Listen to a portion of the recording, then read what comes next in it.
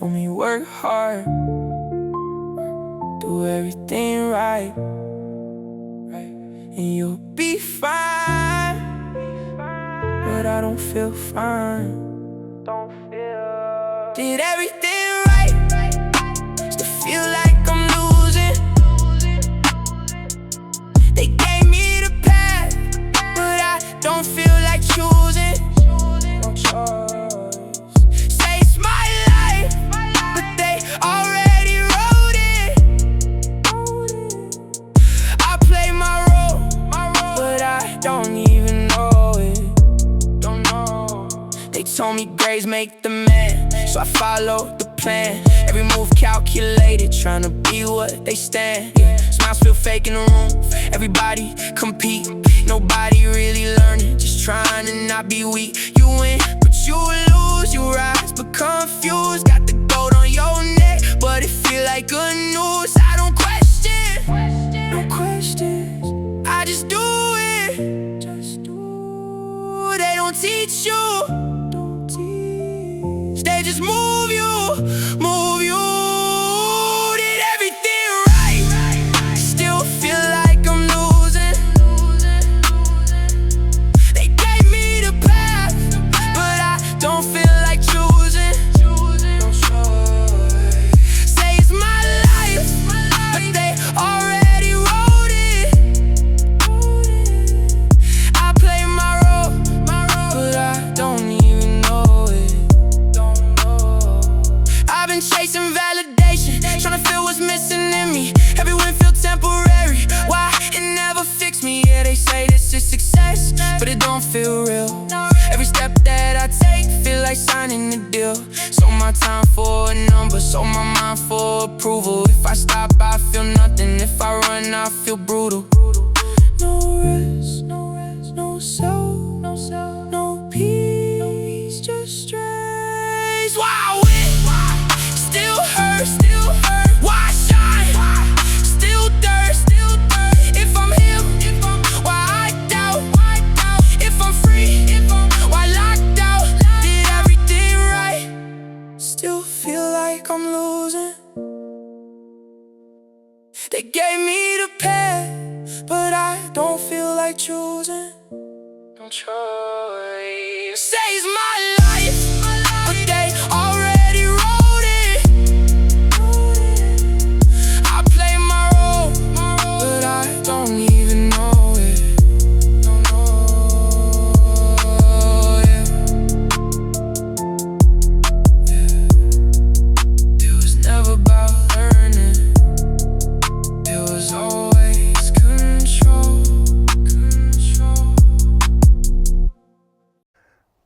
Okay, so today we are looking at three major events in American history. The moon landing, the assassination of JFK, and 9/11. Now, as you may know, the official story is something that a lot of people do not accept. Okay, so we're going to look at the official story, and then we'll see some of the issues with the official story. So first, I want to show you some videos. First, we're going to watch the moon landing. So in 1969, July 20th, they shoot three men into space. Buzz Aldrin, Michael Collins, Neil Armstrong. Neil Armstrong becomes the first man in the world to walk on the moon. Okay, and this is his journey. All right, so let's watch it together.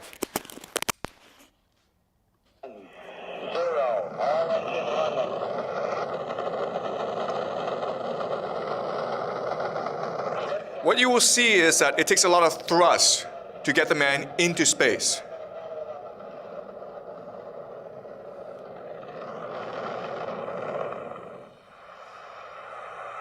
40 feet down, 2.5. Picking up some dust. 30 feet, 2.5 down. Big shadow. 4 forward. 4 forward. Drift into the right a little.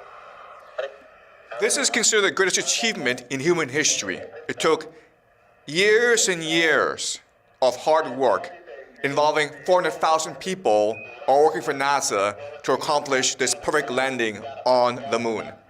We're breathing again. Thanks a lot. Okay, Neil, we can see you coming down the ladder now. I'm at the foot of the ladder. The limb footbeds are only...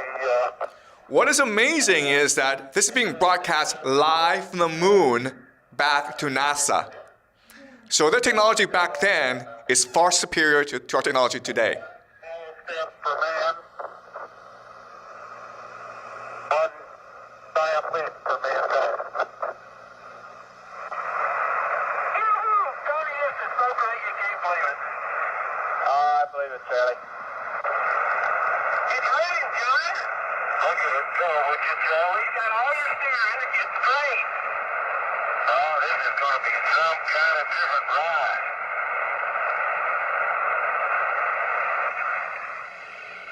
Hippity hoppity, hippity hoppity, hippity hopping over hill and dale.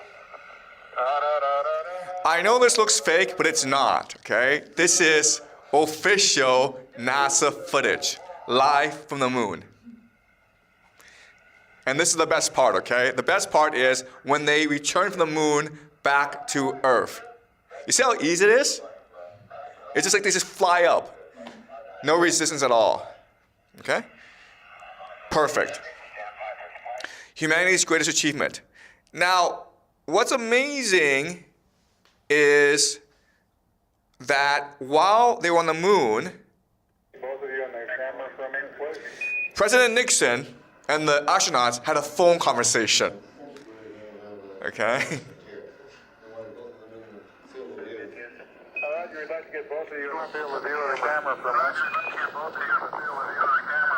Yeah, I think something rather important is coming up here. Neil and Buzz. This is being broadcast live to American people. Okay? I would like to say a few words to you, over.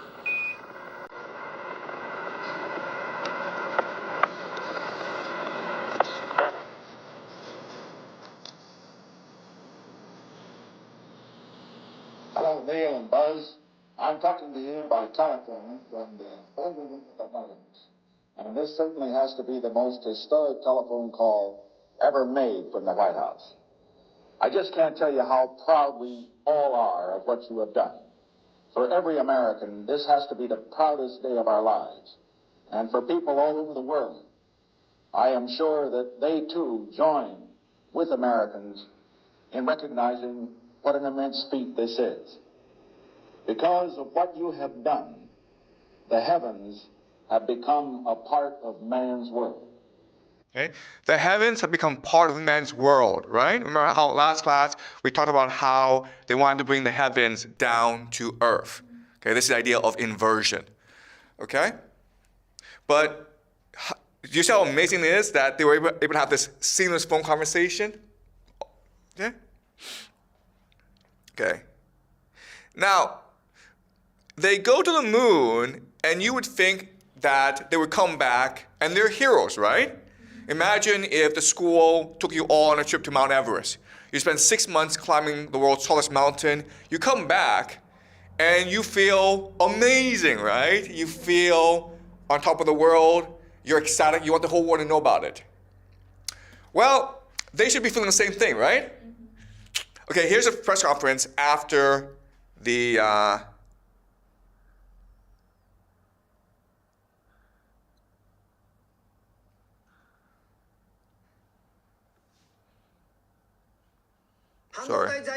Sorry. I have two brief questions I'd like to ask, if I may. When you were carrying out that incredible moonwalk, did you find that the surface was equally firm anywhere, or were there harder and softer spots that you could detect? And secondly, when you looked up at the sky, could you actually see the stars and the solar corona in spite of the glare? We were never able to see stars from the lunar surface or on the daylight side of the moon by eye without looking through the optics. I don't recall during the period of time that we were photographing the solar corona what stars we could see. I don't remember seeing any. I don't remember seeing any stars. He doesn't remember anything, okay? Did you see how nervous they are? It's very strange. All right? And that's why, even today, there are a lot of people who do not believe the moon landing happened. Okay, so we'll go over the theories as to why later on. But now let's switch focus and let's look at 9/11. All right, so this is the buildings coming down on 9/11. Watch how they come down. It's very strange. The North Tower came crashing down.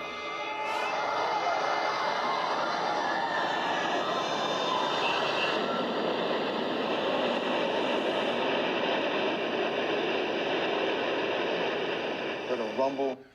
So this is strange because a plane hit that building, right? Now it's on fire. It's very strange that the building could come straight down like that. It's almost like a demolition. I'm not saying it's a demolition, but it looks kind of strange. Okay? What's even stranger is that there were 2 planes that hit the Twin Towers that day, but there were 3 buildings which came down. The North Tower, the South Tower, and building number 7, which was across the street. Nothing hit that thing. It came down, okay? So let's watch the video.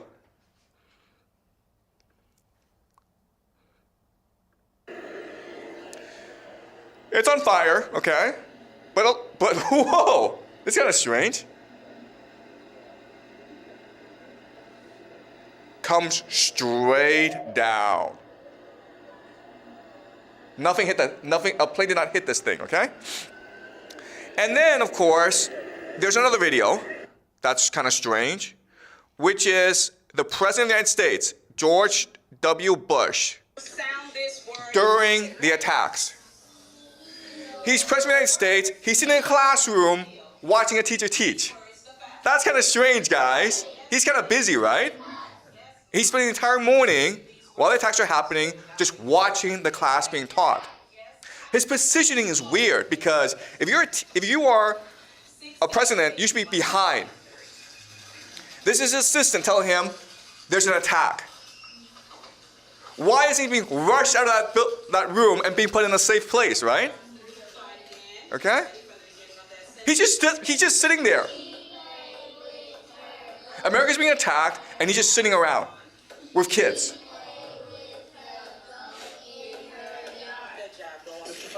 Aware of the reports of the plane crash in New York? Is there any talk about that? Thank you all. You can step out the. Okay, so a reporter is asking him, Mr. President, do you know that America is being attacked right now? And he's like, we'll talk about it later. He's not worried. At this point, no one knows who's attacking America. No one knows how large the attack is. As President of the United States, he should be rushed immediately to a safe location. And he's not worried. He's like, we'll talk about it later. Very, very strange, okay? And that's why, even today, people are suspicious about what happened. Okay, guys, so having seen the videos, let's go over what happened, okay?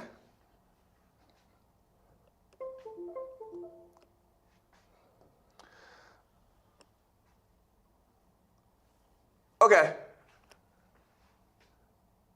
So, let's talk about the JFK assassination. On November 22nd, 1963, JFK was assassinated. And Lyndon B. Johnson, new president, he organizes a commission called the Warren Commission to investigate what happened. And they produce this huge, huge report, thousands of pages. And the report says that only one person was involved, Lee Harvey Oswald. And he was able to kill the President of the United States because of his communist sympathies. And that's it, okay? There are certain problems, though, okay? So this is the President of the United States, and he's in Dallas touring Dallas. I want to point something strange about this picture, okay? You see how in the front, JFK is in the front, but all the security is behind him. That makes no sense. What's the point of security if the security is all behind him, right? Because if someone rushes and attacks him, they're too far behind, right?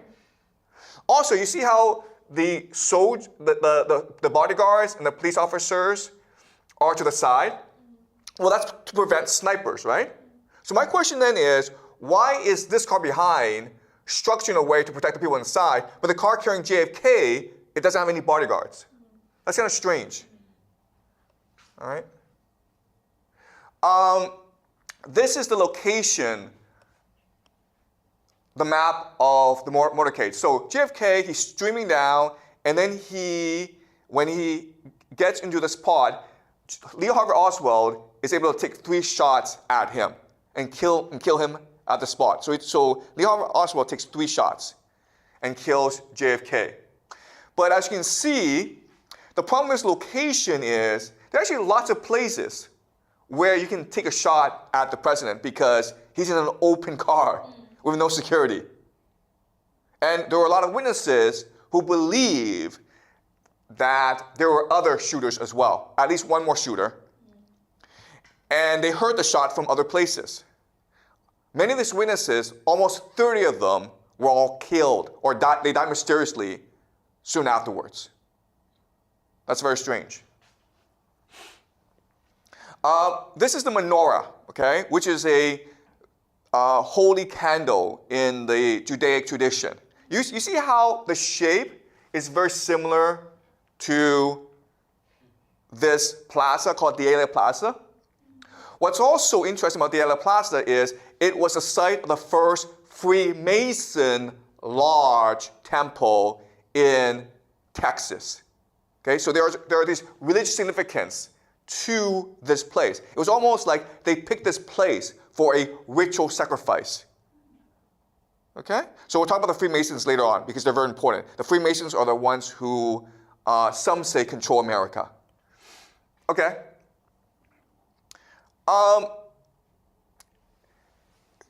Lee Harvey Oswald fired 3 bullets.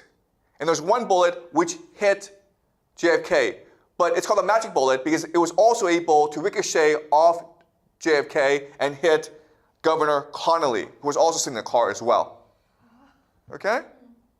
So they insisted that there was only 1 shooter. He fired 3 shots, and 1 bullet was able to injure everyone because the bullet was a magic bullet. That was in the official Warren Commission. Okay? So Lee Harvey Oswald, he's been arrested and he's been charged with killing the president. This is Lee Harvey Oswald, when he's going to court, he is ambushed by a man named Jack Ruby. You see how close Jack Ruby gets and shoots Lee Harvey Oswald point blank. Okay? Now, this is a strange picture because, first of all, how did Jack Ruby get so close? There was no security. Second of all, you see how Lee Harvey Oswald, he's being held in place by 2 police officers who are much bigger than him, right? So it's very hard for Oswald to dodge the bullet, okay? That's number 2. Number 3 is, you see his reaction. He is a trained police officer, and he looks scared. He looks confused. If you are a police officer and someone comes at you menacingly, right? You know to push him away or draw out your gun. But you see how he just freezes. That goes against his training. That's very strange. Okay? I'm not saying that this is a conspiracy, but I'm just saying how this doesn't really add up. There are lots of questions that are raised by this. Also, JFK has a brother, Robert F. Kennedy. And in 1968, Robert F. Kennedy runs for president, and it seems as though he's about to win the Democratic nomination. And then he gets killed too. And again, the question is, how did this happen? And it's a mystery how this man, named Sirhan, and he does not look like a killer, okay? Lee Harvey Oswald does not look like a killer. He does not look like a killer either, okay? But they charge him with a crime, and he's still in prison. And even today, he's saying, I didn't do it. Okay? All right. So now let's look at 9/11. And as you can see from some of the video footage, it's very suspicious what happened. There's other things that are suspicious about what happened. First of all, a month after the Twin Towers came down, all that concrete and steel was shipped to China. Yes. The Twin Towers, the debris is now in China, being put in other skyscrapers. Who knows, okay? But that's kind of strange because you would obviously want to run an investigation before you ship that thing off. But they did not do the investigation. They shipped that debris to China right away. That's the first thing. Second thing is that never in the history of humanity has a fire brought down a skyscraper. Never before and never afterwards. Investigators explain that what happened was that the jet hit the skyscraper, and then because of the explosion, because of the gas, the steel frame started to melt, okay? And then when the top melt, it started to melt the bottom one, and the bottom one, and the bottom one, and this is what we call the pancake theory. Never in human history has this happened before, except with the 3 buildings on 9/11. Okay, and the third, and then 2 planes brought down 3 buildings. The last thing is that the plane, the explosion was so intense that no bodies were recovered, no luggage was recovered, but we found their passports. Okay? We found their passports. These are the 19 hijackers who the government decided was solely responsible for the attacks. They had no help. They had no government help. They just acted by themselves, and they got really lucky. Okay, the luckiest people on the planet. As you can see, this is their passport that was found on a plane wreckage. Didn't find any bodies, didn't find any luggage, but we found the passport. So we know for sure that it was a terrorist and no one else. This is the boarding pass. This is the boarding pass. Okay? Found in the debris of the Twin Towers. Pretty lucky. But this is conclusive proof that the terrorists were responsible and no one else. Okay, so more strange things about 9/11. First of all, we have a document dated to 1962, a document called Operation Northwoods. And the plan is for the government to hijack civilian aircraft, planes, and then blame it on Cuba so that the United States can declare war on Cuba. Also, 6 months before 9/11, Fox, a television station in the United States, they aired a television show called The Lone Gunman, okay? And the plot is this. The government pretends to be terrorists who hijack a plane and crash it into the World Trade Center. So they can blame it on terrorists, so they can start all these wars in the Middle East. What's amazing about the show is that the plane is not being controlled by terrorists, it's being remote controlled by government operatives. So it sounds almost like exactly like what happened on 9/11. 6 months before 9/11 happened. That's very strange. Okay? It gets stranger. This man is named Larry Silverstein, and he is both the dumbest and the luckiest businessman in the world. He's the stupidest businessman in the world because 6 weeks before 9/11, he buys the lease to the World Trade Center.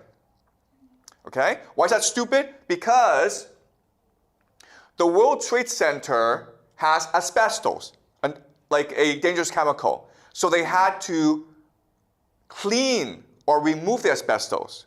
The problem is the cost of removing all that asbestos would have been more than the value of the Twin Towers. That's kind of stupid, okay? Why would you lease the Twin Towers knowing that you have to put all this money into renovation, which would bankrupt you? Also, what's stupid is to have the lease, you're required to have insurance, okay? And so the insurance company says, we value the World Trade Center at $1.5 billion, okay? And Larry Silverstein says, no, it's not $1.5 billion. They are worth $3.5 billion. So he is asking to pay more insurance than he needed to. That's kind of stupid. But again, he's the luckiest man in the world because 9/11 happens, and guess what? He can now claim that 2 towers were struck, and therefore he should get twice as much as 3.55 million. He should get 7 billion. And he sued, they went to court, and he got 4.55 billion. Okay? He's also lucky because he's a workaholic, he never misses work, but that day, because of a dermatology appointment, he had to miss work. He wasn't there when 9/11 happened. The luckiest man in the world. Okay? So this teaches us that in life, do not be smart, just be lucky. Okay? That's all you need. All right, now, I know all this sounds suspicious, but there are lots of reasons why we should just believe the government. Okay? Why we should believe the United States government is telling us the truth. That 9/11 was done just by 15 terrorists operating alone, without any help. That JFK was killed by one lone gunman named Lee Harvey Oswald. That the moon landing was actually real. Okay? So let's go over the reasons why we should never ever believe conspiracy theories. Okay? The first reason, of course, is the government will never lie to us. Okay? That's the first reason. It's probably the best reason. Second reason is, well, the government is too stupid to do anything like this, okay?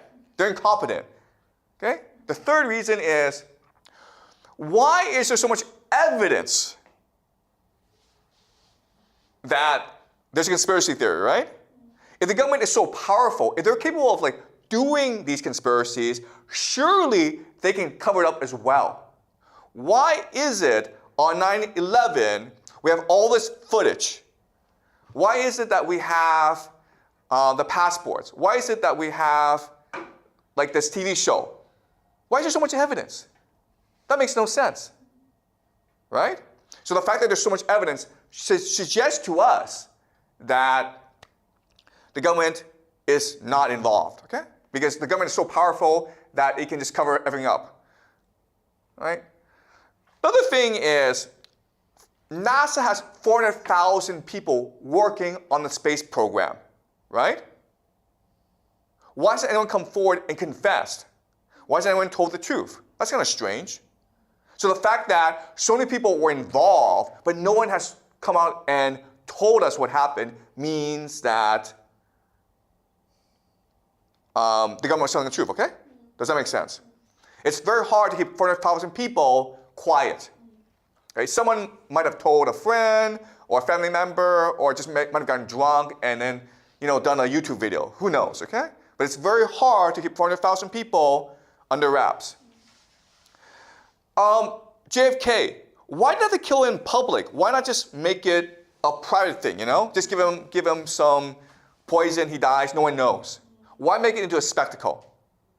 Okay, so another reason to doubt conspiracy theory, okay?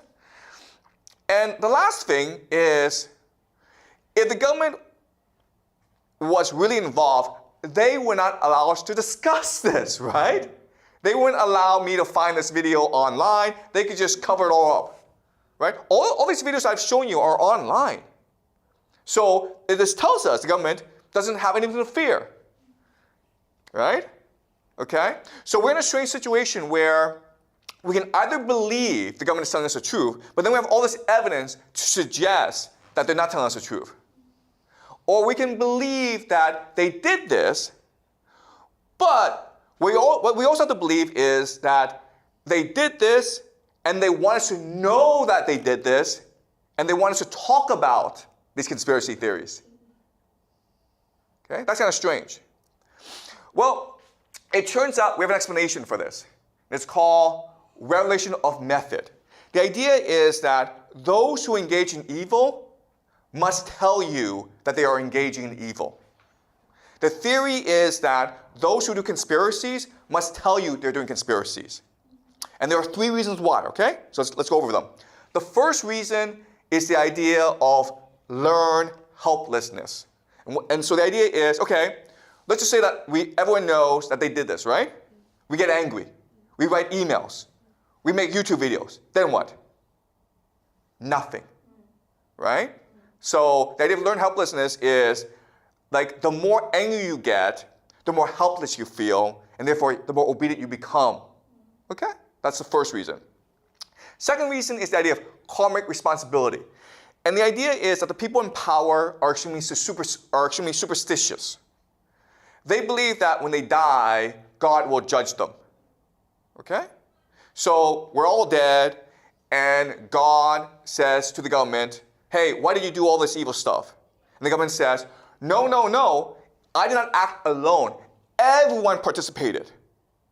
Why? Because I told them what I was doing. They didn't stop me. They didn't raise any concerns. They didn't protest. Therefore, they are complicit. Okay? So another way of saying this is, if you just look at 9/11, if you just look at the moon landing, if you just look at JFK, the evidence is so overwhelming that if you still believe the government, it's not because you are ignorant or stupid, it's because you are complicit. It's because you are involved. Therefore, you share the guilt. Therefore, the karma is spread to everyone. Okay, that's the logic. Right? And the third reason is attention capture. These events are set up in a way so that they will be remembered forever. Okay, so everyone remembers where they were, what they were doing, who they were with on 9/11. When JFK was assassinated, during the moon landing. Okay? So you probably were not in the United States. You might have been in China. You might have been Tunisia. You might have been in South Africa. It doesn't matter. Okay? You could have been on the moon. Okay? But you still remember what you were doing on 9/11 because it's etched into your consciousness. And that's the point. The point is to control people by controlling how people perceive reality. Okay? Because then you have the power of God. Okay? So these are the three major reasons why they will do this evil, but they will tell you they did this evil, and they want you to discuss and continue to discuss why they do this evil. Okay? So even today, people are still writing books about JFK. People are still writing books about the moon landing. It's allowed because it's attention capture. Okay? It's like the idea of top of mind. So if you're a company, you don't care about bad publicity. All publicity is good because it's top of mind, right? So if you are hungry and you want to go out for lunch, what's the first thing that you want to eat? It's the first thing that comes to mind, right? So maybe pizza or hamburger. Okay, that's the idea of branding. So that's what they're doing here. They're trying to control your reality through these events. Okay? Does that make sense, guys? Okay, any questions? All right. Now what I want to do is look at a question. Okay? Let's look at certain questions. Why is this happening?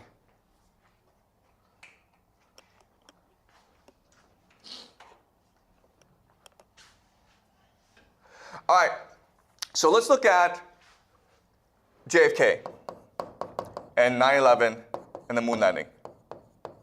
What are common characteristics about these three events? Okay. The first thing, of course, is that they are spectacles. You can say that they are rituals. A lot of care, a lot of attention was put into preparing these rituals. So for example, the JFK assassination, look at the location, right? Look at the choreography. Okay? They did it purposely in front of people, but also in front of cameras, so that it will be remembered forever. Okay? The moon landing as well, 9/11 as well.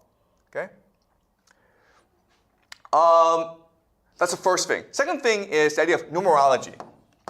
So when you look at these events, what you'll find is that numerology is very important. Okay? It's a very simple concept to understand. So for example, let's just say you want to get married, right? Well, you want to pick an auspicious date. So maybe August 8th, 8/8, right? Or June 6th, an auspicious date. Because that will give your wedding the most chances to prosper. You also want to pick a nice location through feng shui. right? Same thing with this idea, okay? So let's look at the numerology. JFK was November 22nd, 1963, 11/22/1963. The moon landing was 1969. And then 9/11 was, of course, 9/11. Pretty easy to remember, right? Okay. Now, what's interesting is that these are all triangular numbers. Okay. What are triangular numbers? 1, 3, 6, 9. Right? 1, 3, 6, 9. 1963. 1969. Okay. Also, the number 33 is very, very important. Okay, number 33 is almost like a magic number to these people. Okay, and so like what we believe is that it's secret societies that are responsible for these events. Okay, mainly the three Masons, but there are others as well. Okay, I'll discuss this later. Number 33 is important. Okay, so look at this. 11 plus 22 is what? 33. Okay, guys. 33. 1, 1, 1, 1, 1, 1, okay? You see how nice this number is? 33 is also two triangles, right? What happens when you put two triangles together? You get the Star of David, which is the flag of Israel. Okay? So number 33 is a very special number for secret societies. All right. Here's something that's really also really interesting about number 33. If you look at the world map, okay, the equator. If you go north 33 degrees, you get a lot of places, okay? The first place you get is in Mesopotamia, Iraq. It's where the Tigris and Euphrates, these are two rivers. This is where they meet, okay? Why is this important? Because this meeting place is what we consider the birth of civilization. It's a crate of civilization. Over here is Baghdad. Baghdad was the capital of the Islamic Golden Age, the Islamic Caliphate, okay? A historical city. Over here is Damascus, one of the oldest cities in the world. Over here, of course, is Jerusalem, the holiest city for both the Christians and for the Jews. Okay? You keep on going over here to America. This is Dallas. Why is Dallas important? Because that's where JFK was assassinated. But you keep on going, and this is like interesting. You go to New Mexico, and you get to the Trinity test site. This is where the atomic bomb was detonated. Okay? You go over here, 33 degrees in Japan. Do you know what city is 33 degrees north in Japan? Shimi? Not Tokyo. There are two cities, Hiroshima and Nagasaki. Why are they important?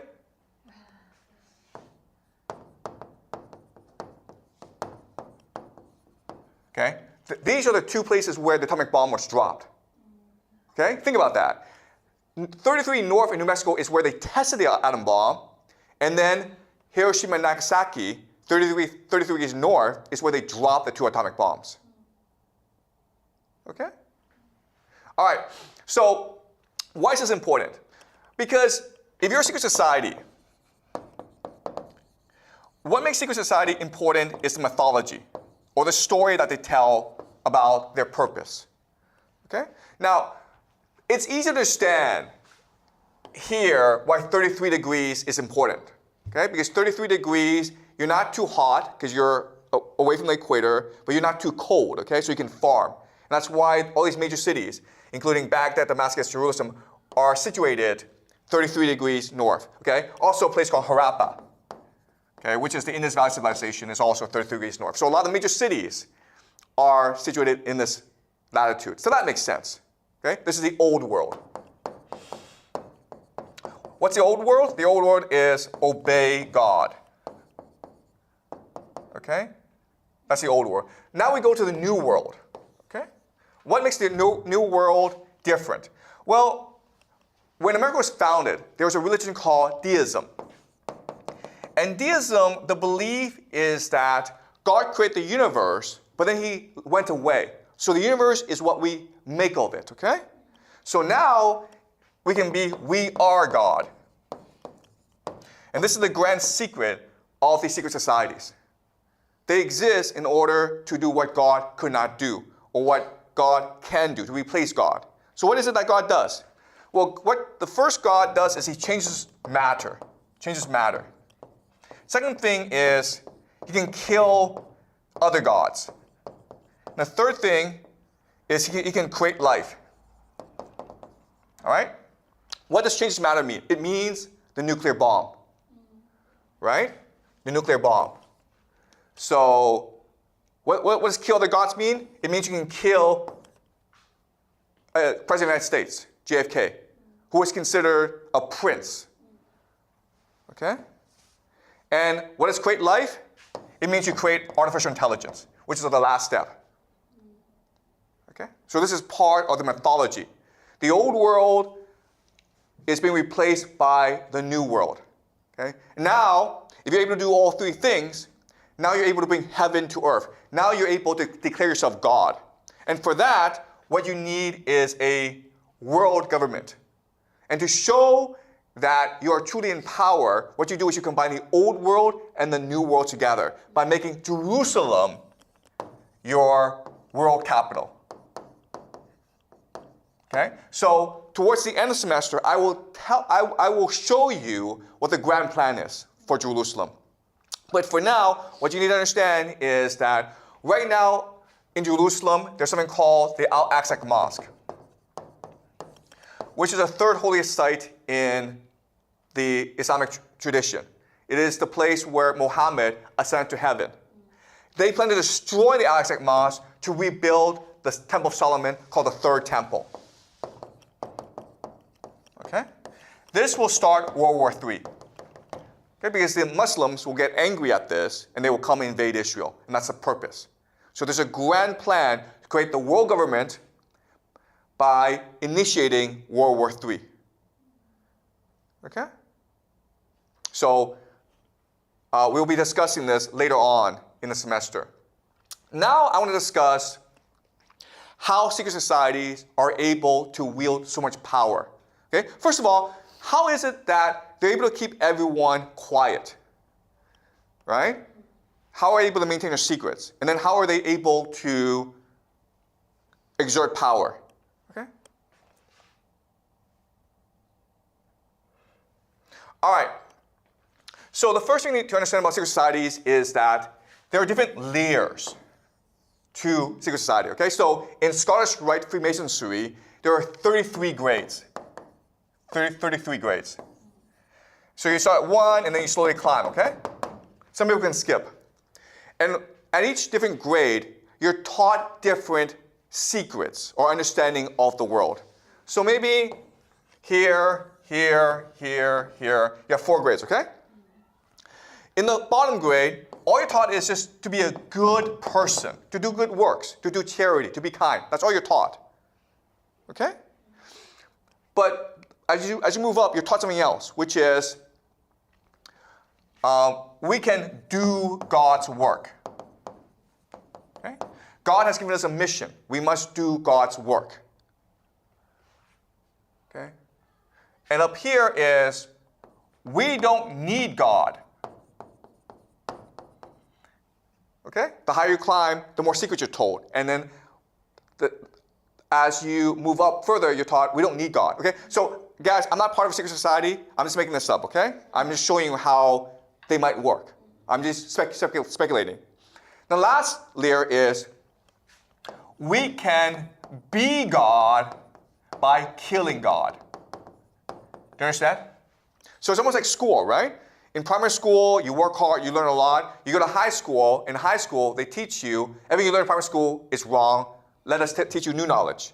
You work hard, you learn all this new knowledge. You go to university, the professors there are like, everything you learn in high school is wrong.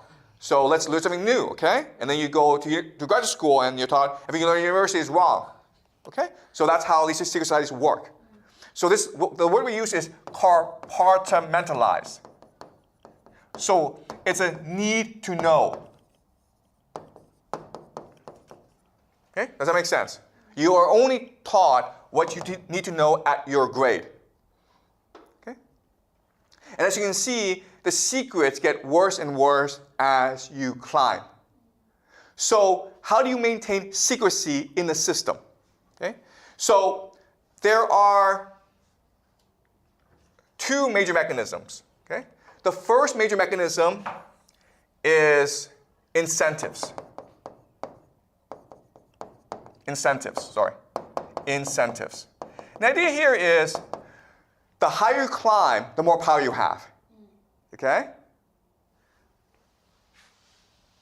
So these people in the middle, all they care about is maintaining their privilege. Okay? So does that make sense? Incentives. Okay? The higher you climb, the more invested you are. Therefore, you want to believe the lie. Okay? Then there's blackmail. So if you really want to climb to the top, you have to reveal your secrets too, so you can be blackmailed.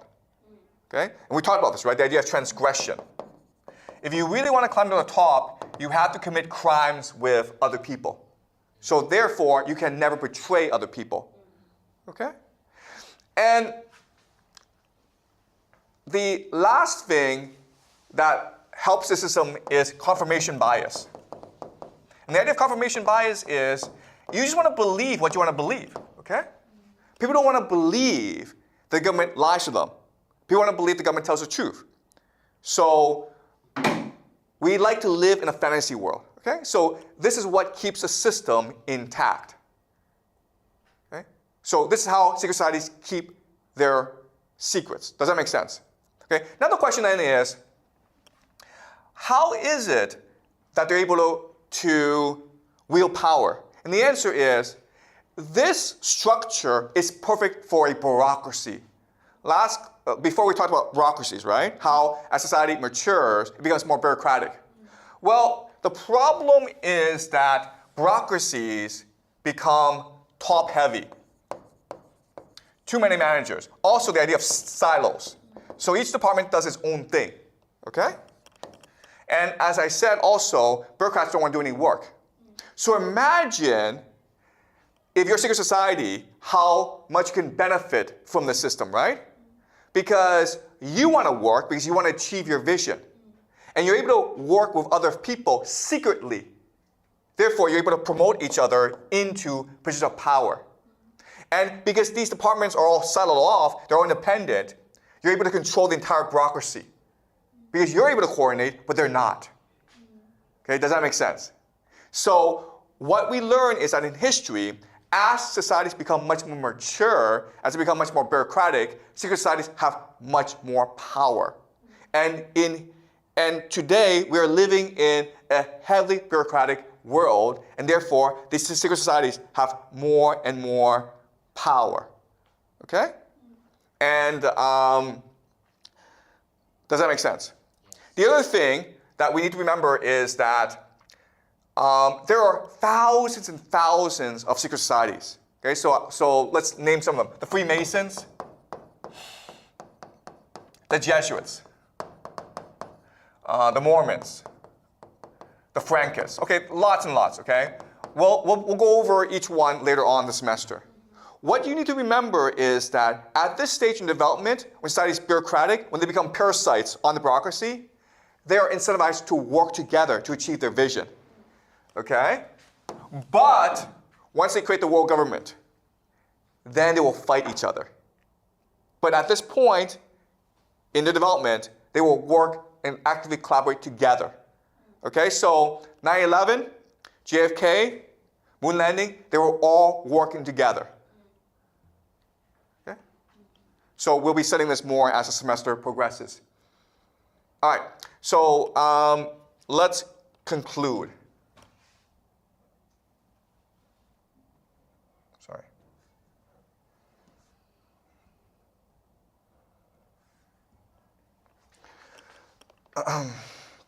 Okay, let's conclude. Okay.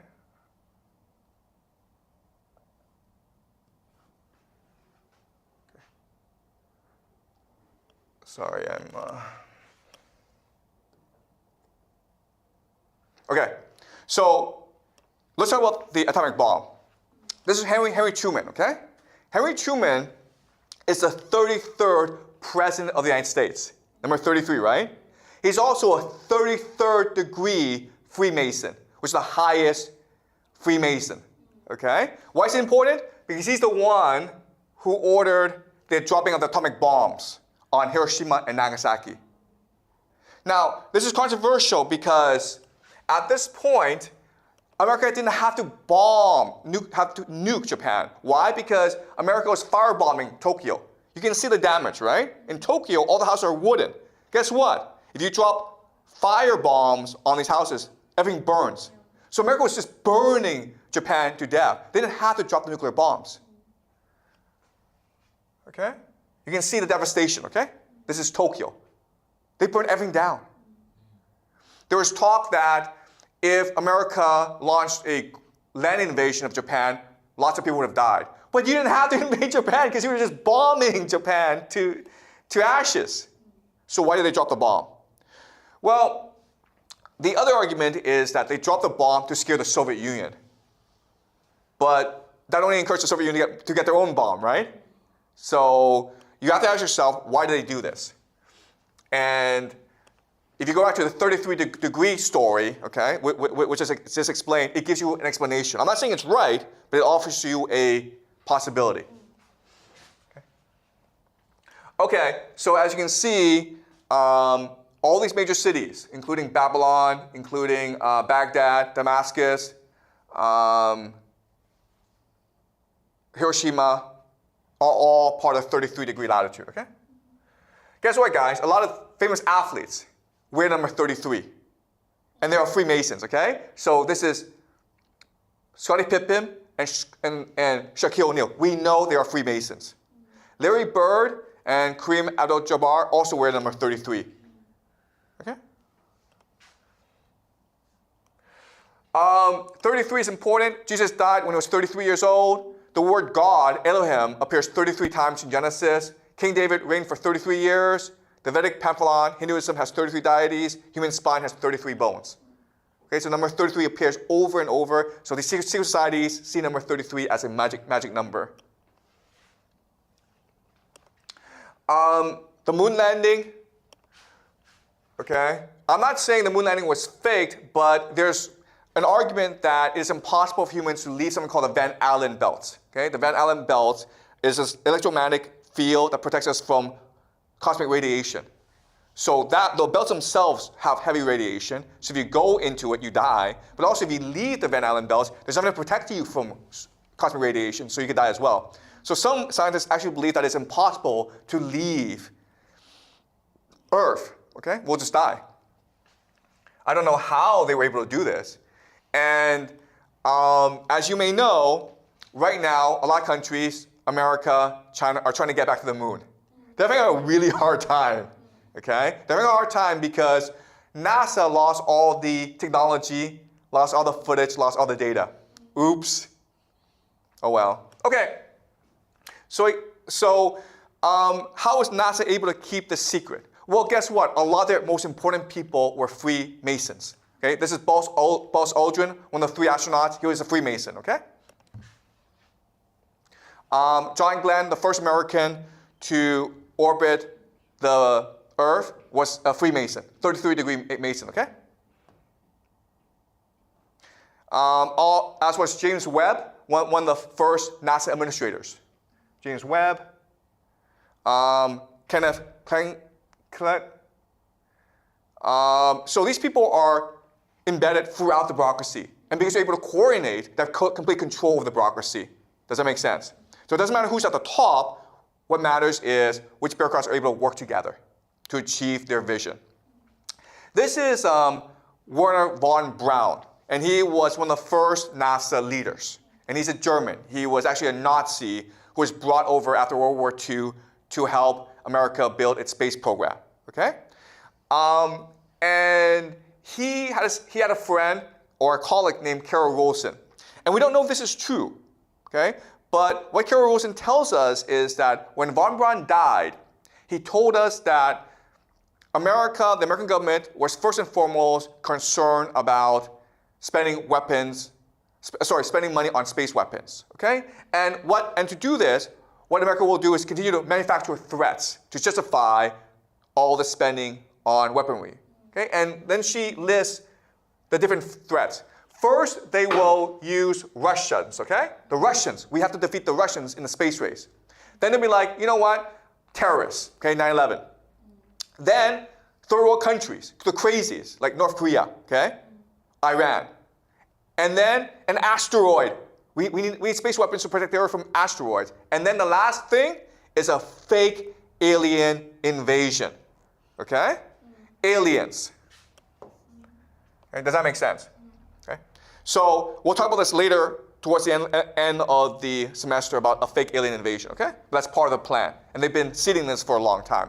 So I'll conclude by talking about different possibilities. You don't have to believe me, okay? In fact, there are, I think, 5 different possibilities as to what happened, okay? The footage looks fake. So how to explain this? Well, the first explanation is it's real footage. And we just believe the government, okay? But we also need to believe that they lost all the footage, lost all the technology, lost all the data. Okay, that's possibility number 1. Just believe what the government tells you.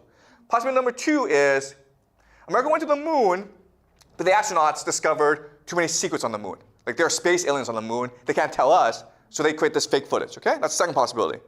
Third possibility is America went to the moon, but because of the lighting, because of the difficulty of filming, they couldn't actually take any footage. So they made it up to please the American people. Okay? The fourth possibility is America went to the moon, but NASA decided to create this fake footage to fool the Soviets, right? Because if it's real footage, the first Soviets might be able to copy the technology, so we should just fake this thing and make fun of the Soviets, okay? Let's fool the Soviets. So the Soviets could not reverse engineer the success. Okay? That's also a possibility. Right? And the last possibility, of course, is America didn't go to the moon. And it's entirely your choice which possibility to believe. Okay? I'm just proposing different possibilities out there. So how can we know the truth?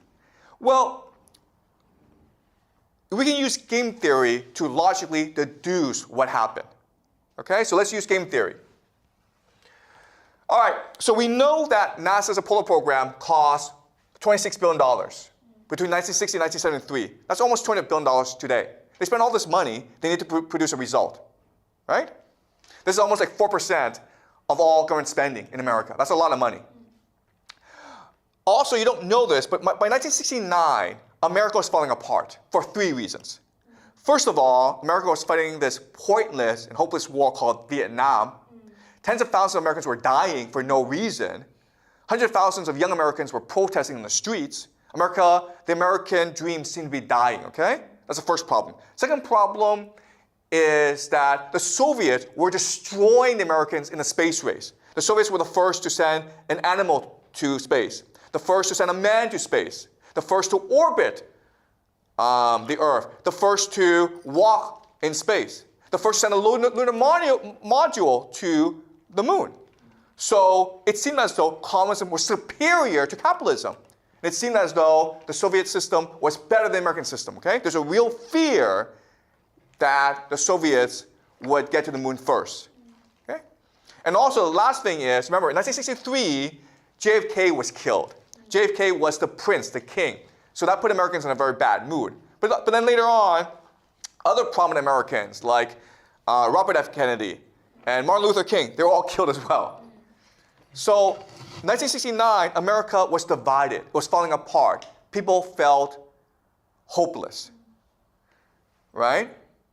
So what this means is that if America sent a mission to the moon and all the astronauts died or they didn't get there, America would have been broken, okay? People would have been depressed.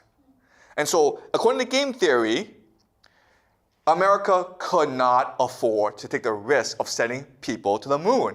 If they died, if it failed, America would have looked like idiots. Okay? But of course, there's always a counter-argument. And the counter-argument is, okay, this makes sense, but why did the Soviets call out the Americans and said, you guys faked this? Right?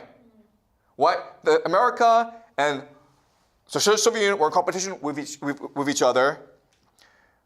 Everyone believed America went to the moon, but there's a lot of evidence to suggest that America didn't go to the moon. So why did the Soviets tell the world? Okay? That I can't answer for you. All right? So I just leave you with this thought. Okay? But what I believe is, within the next 2 years, the truth will slowly start to come out. And you will see for yourself what really happened. So this class is not meant to tell you what happened. This class is just meant to give you different possibilities and give you tools to understand or figure out for yourself what might have happened, okay? All right? So any questions before we conclude?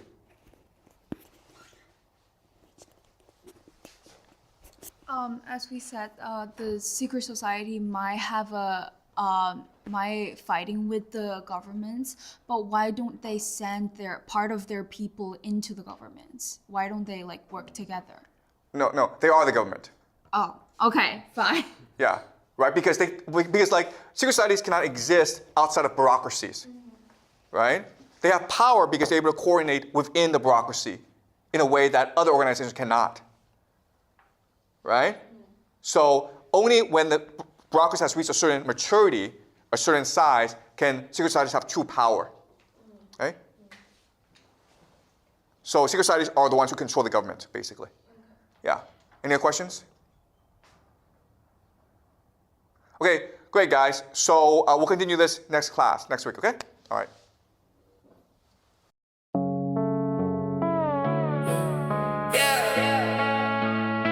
They said don't do it, so we did it. Break the rules, now we tied in. Cross that line, now we locked in. Ain't no going back, we all in. Break the rules, now we tied in. Started small, just a little line. Just a step, just a test of mine. Heartbeat fast, felt it every time. But we crossed it, now we feel alive. It was wrong, but it felt right. Dark turn in the new light. Once you break it, you don't think twice. Now you see it from a new side. You can't go back now. You too far gone. Once you cross that, you move on. Break the rules, now we tied in. Cross that line, now we locked in. Ain't no going back, we all in. Break the rules, now we tied in. Now we share what we can't say. Secrets that don't go away. If you break it, you relate. Now we bonded by the way. That's how trust really formed. Not by safe, not by norm.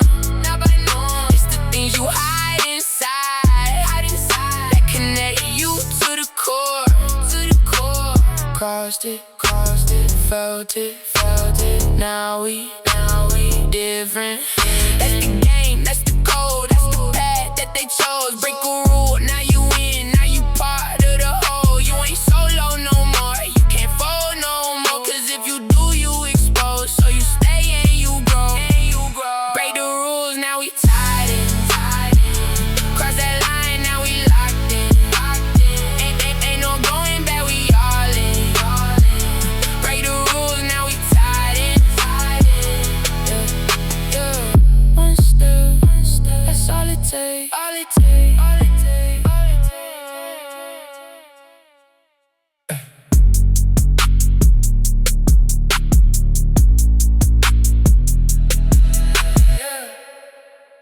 Good morning, class. Today we do the theory of everything. So very quickly, I will explain to you what science tells us about where we came from, who we are, and where we're going. So, as you may know, it all started with a Big Bang. okay? The Big Bang. So in the beginning, there was a massive ball of energy, and then it exploded, okay? And because of this explosion, it would create stars and planets and black holes and solar systems. And that's how the universe was created, through the Big Bang.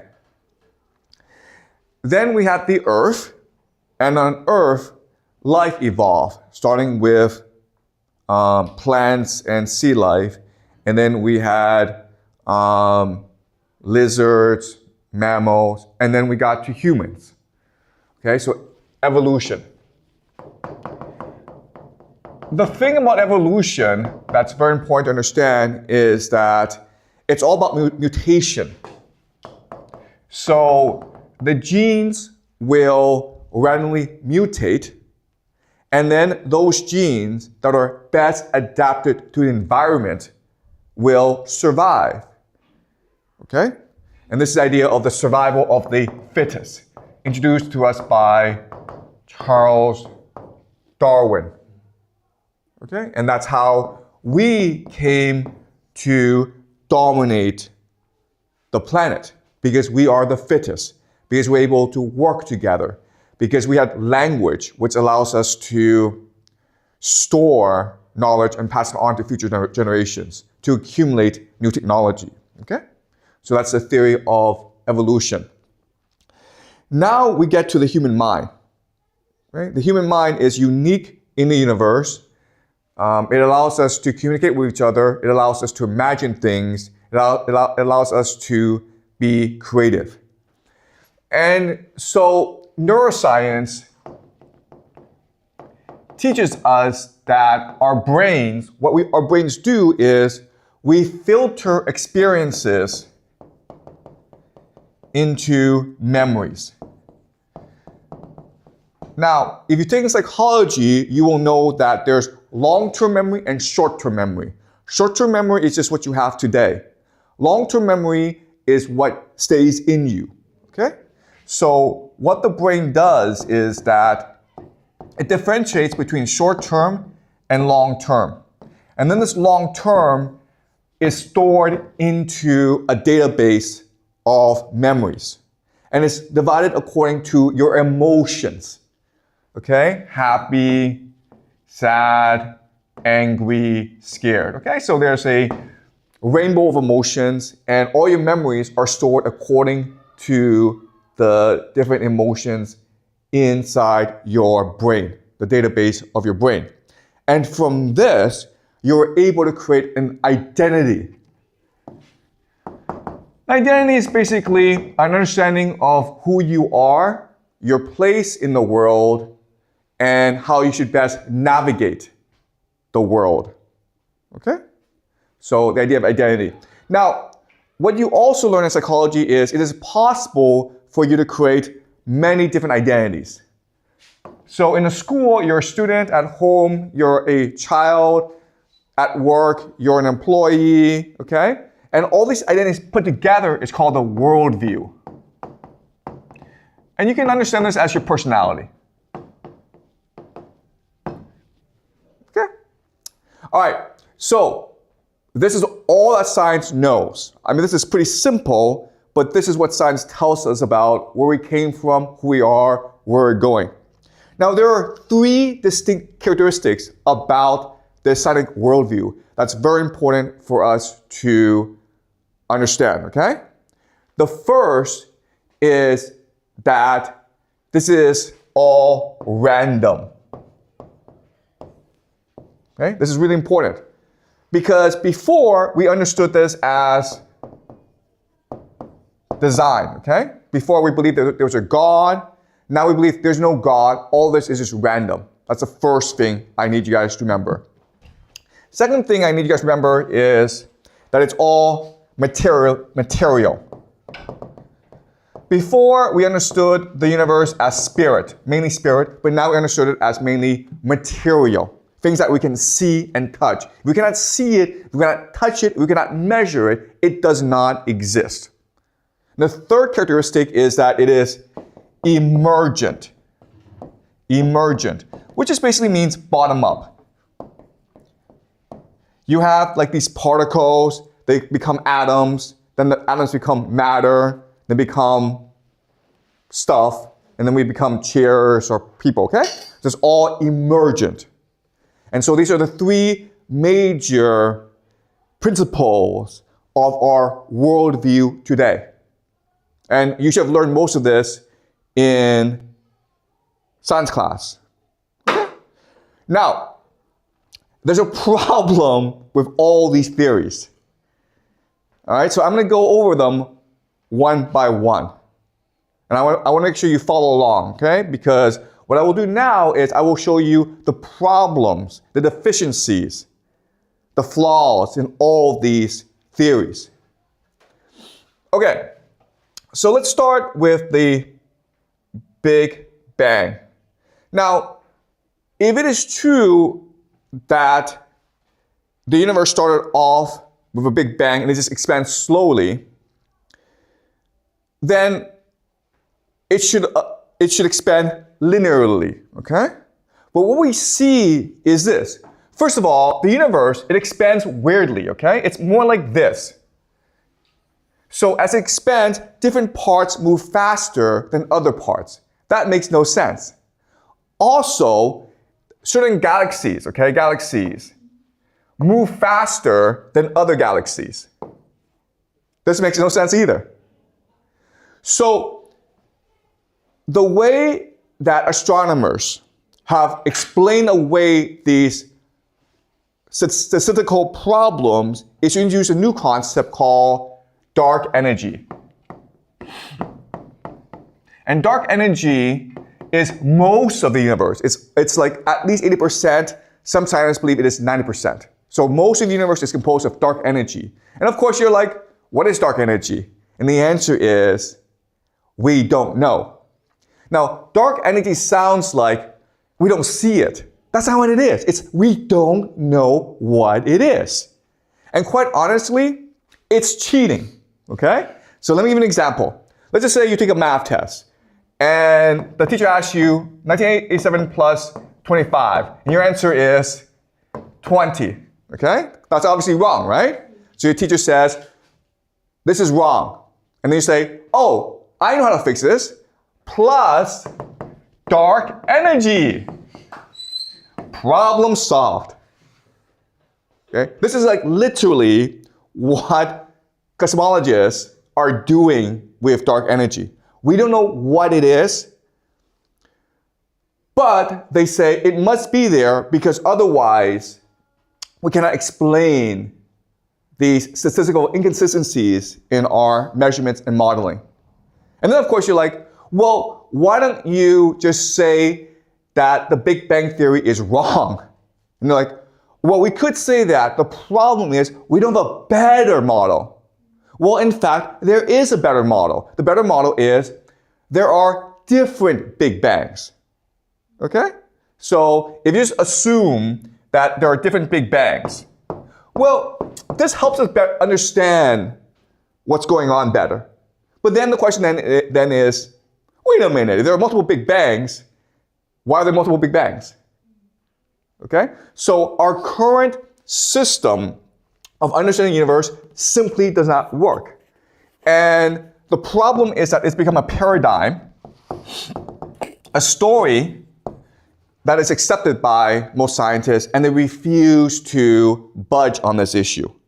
Okay? But I'm telling you right now that this system is clearly problematic, and it could be wrong. Okay, so that's a problem with the Big Bang. Now let's move on to evolution. Okay? Evolution. Now, in theory, evolution does work, and it works for most animals, except when it comes to human beings. Okay? Because the idea of evolution is gradual progress. But we don't know how we went from the ape, okay, to the human. We share with the ape, other monkeys, 99.9% of DNA. but we don't know why we're so different from the ape. Okay, that's the first problem.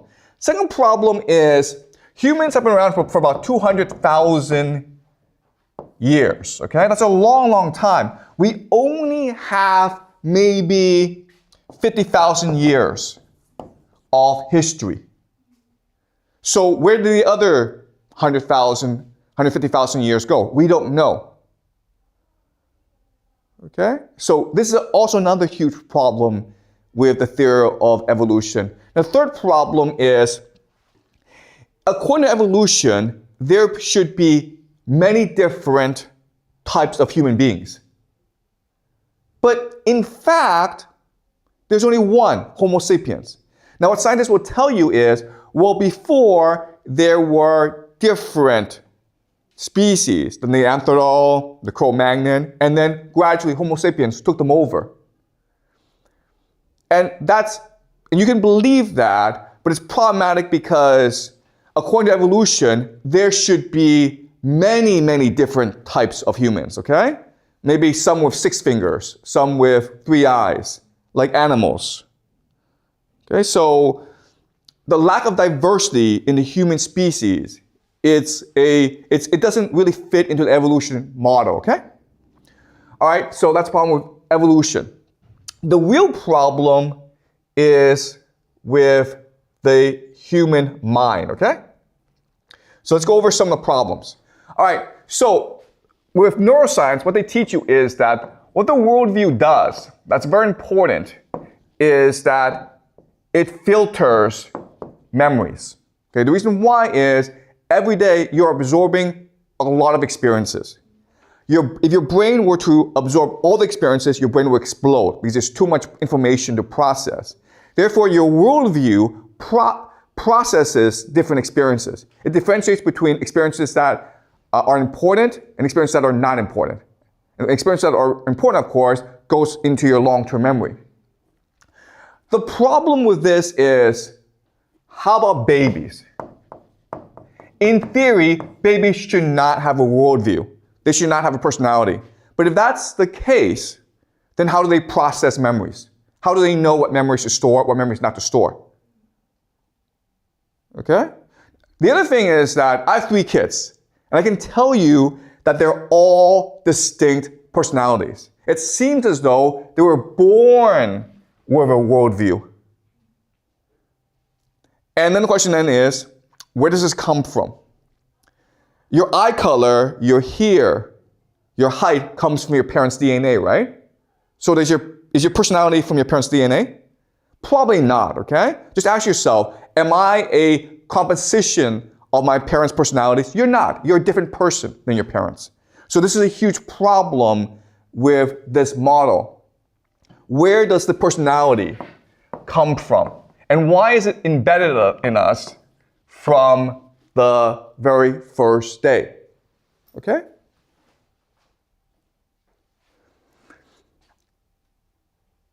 What's more problematic is how we think. Consciousness. We do not have currently a model for how we think. In fact, if you study neuroscience, you will find there are a lot of gaping holes in our understanding of the brain.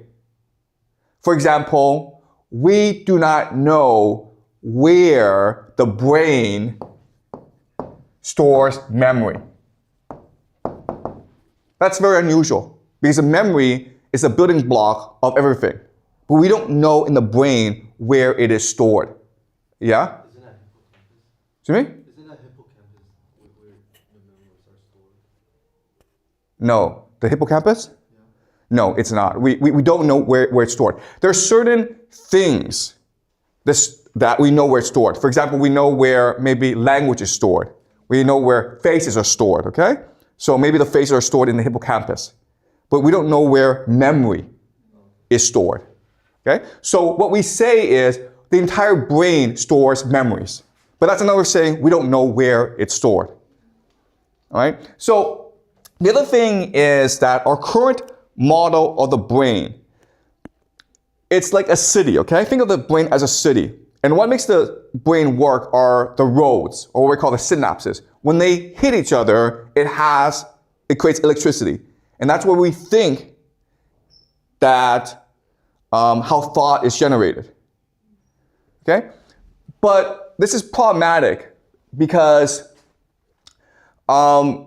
we think a lot. Okay? So let me give you an example of this to clarify. Now, in science class, you're taught the scientific method.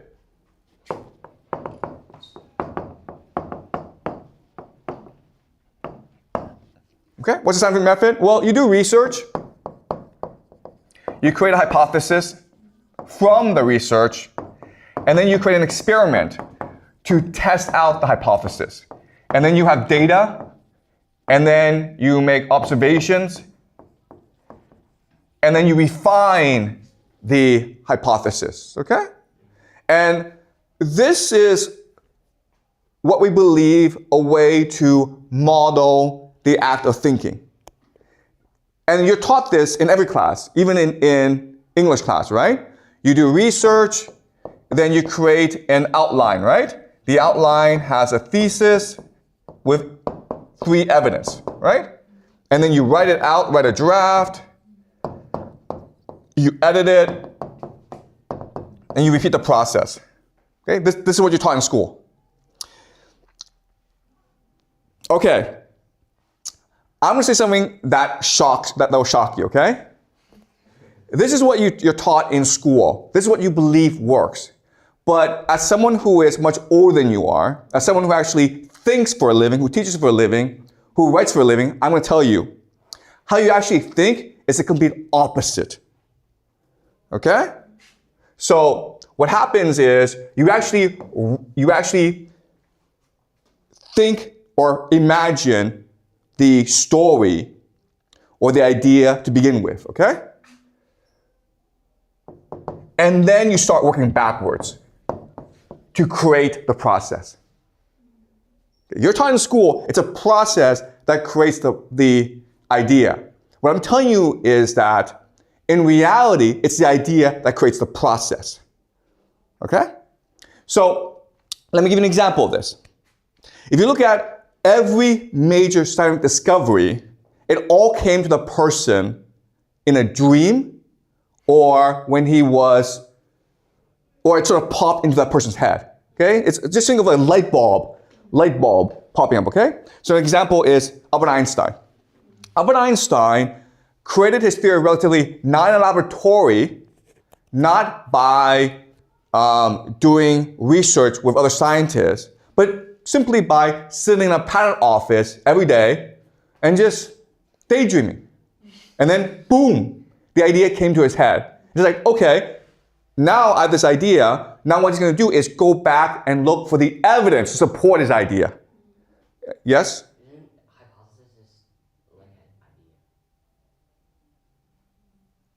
Okay, is a hypothesis the idea? Okay, no, the hypothesis is the assumption. Okay? What I'm trying to tell you is this. What I'm trying to tell you is the idea or the final product comes first.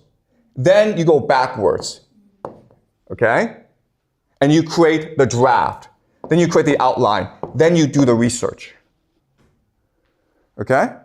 Now, I know this sounds weird, but let me give more examples. James Watson came up with the double helix model of DNA. How he did this was he spent years and years working to figure out how DNA worked. And then, boom, one day he had a dream of a staircase, a double staircase. And he's like, maybe that's the model I need to use. And then he started to do more research and he discovered, hey, this works. Okay? But the question then is, how did that get into his head? Okay, let me give you another example. I write books, and I've written 3 novels. And you won't believe this, okay? But my wife is here, and like she knows how I work. You would think that when you write a book, you would spend every day at the desk and read books, take notes, and then transform it into a book, right? I don't do that. What I do is I lie in bed and I might play some video games or I might read a book, okay? I get up, I walk to the park, and I come back and I have all these ideas. And I write down all these ideas over 1 hour, 2 hours on the computer, okay? And then I'm exhausted. I've run out of ideas. And I'm like, okay, tomorrow, what am I going to do if I have no ideas? I can't write anymore. But what happens is the next day I get up and I have new ideas. And I write it back and I write it down again, okay? So it's not like I am generating these ideas. It's more like I'm receiving these ideas. If you actually watch me work, it is almost impossible to think that I actually do any work because I'm always like lying around or walking around or daydreaming, okay? My wife tells me that when I write or when I work, it's like I'm possessed. I'm possessed by something, okay? Meaning like I don't see anything and I really don't know what other people are doing because I don't care. I don't care because I'm focused on my work, okay? Also, I'll give you another example, the way I teach. Now, when you see me teach, you think, oh, you must have a script. You must have outlined the class. I don't do that. I have a conception, I have a framework in my head. I come to class and I teach. How do I teach? I watch your observations, I watch your facial expressions, and based on your responses, I then start to flesh out the framework. And how do I do that? Because I'm always accessing a higher force and I'm receiving this information that I can then articulate to you in class. And that's why if you have been with me for a long, long time, 10 years, you will know I've never taught the same class ever. You can go on YouTube and watch all my videos. I teach this class different each time. Because each time, what I'm doing is I'm channeling a higher force and bringing it to you. But it is a conversation, it's a dialogue. And it's no different from reading a book or seeing a great painting, okay? Each experience is unique because a painting or the book, it's almost like a platform for you to experience the divine or higher power. Okay? When you read a great book, that's literally what you feel. You feel as though you are in conversation with the universe. And this book is really a portal into the universe. Okay? If you read a great book, I'm not sure if you had read a great book. Okay? So if you want to really be creative, you have to trust the universe. If you really want to destroy your creativity, you follow this system. Okay? So what I'm telling you, and I know this is going to be weird, but school, it destroys your creativity because it teaches you a process that does not work. No scientist in the history of humanity has ever come up with a great idea using the scientific method. I guarantee you. They've all came up with a great idea through their imagination, through their intuition, by channeling the divine. Okay? That's every single scientist, including Einstein, Newton, yes? But Wait, sorry. Can you speak to the... Okay, so I agree with what you're saying, but personally, I think scientific method is more like how these inspirational ideas are being presented to others. Oh, yes. Yeah, good point. Exactly. That's exactly correct, okay? So I use scientific method in order to convince other people that I'm correct. You're absolutely correct. Because if I told people, oh, I had a dream, well, like, it's not convincing, okay? So the scientific method, it's a way for us to communicate and spread ideas. You're absolutely correct, okay? But as I say, you will never, ever have a great discovery by following the scientific method. You have to have an inspiration. And then use the scientific method to explain your inspiration to other people. Okay? Yeah? And another thing is that I think how people absorb ideas or like how you wrote a book is based on your at least some of the points are based on your experience, because let's just say a person has born and he never, like, he has no knowledge and he has no experiencing on anything, and I don't see the possibility for him to just observe this energy out of nothing. Okay, you're exactly correct. Yes. And I'll explain this as we move on, okay? All right. But I want to show you there's lots of issues with how the scientific method is taught in school, okay? So, but are you guys clear? All right, but that's a good point. Let me continue. All right, so let me continue. We have so much evidence that we communicate with a higher power all the time. All right, so let's go over some of the evidence. Okay, the first piece of evidence is near-death experiences, NDEs. Near-death experiences are when you almost die, okay, or you're dead for like 10 seconds or 10 minutes, who knows. But there are thousands, tens of thousands of these testimonies on YouTube, and they all say the same thing. When they die, they see a tunnel, and at the tunnel, there's a light that draws them. Okay, they go, and then suddenly they are high up, and they feel tremendous love, peace, forgiveness, compassion. It's all good. And then they submit to a life review. They have a chance to reflect on their entire life. They can see all the pain they caused. They can see all the good they've done in the world.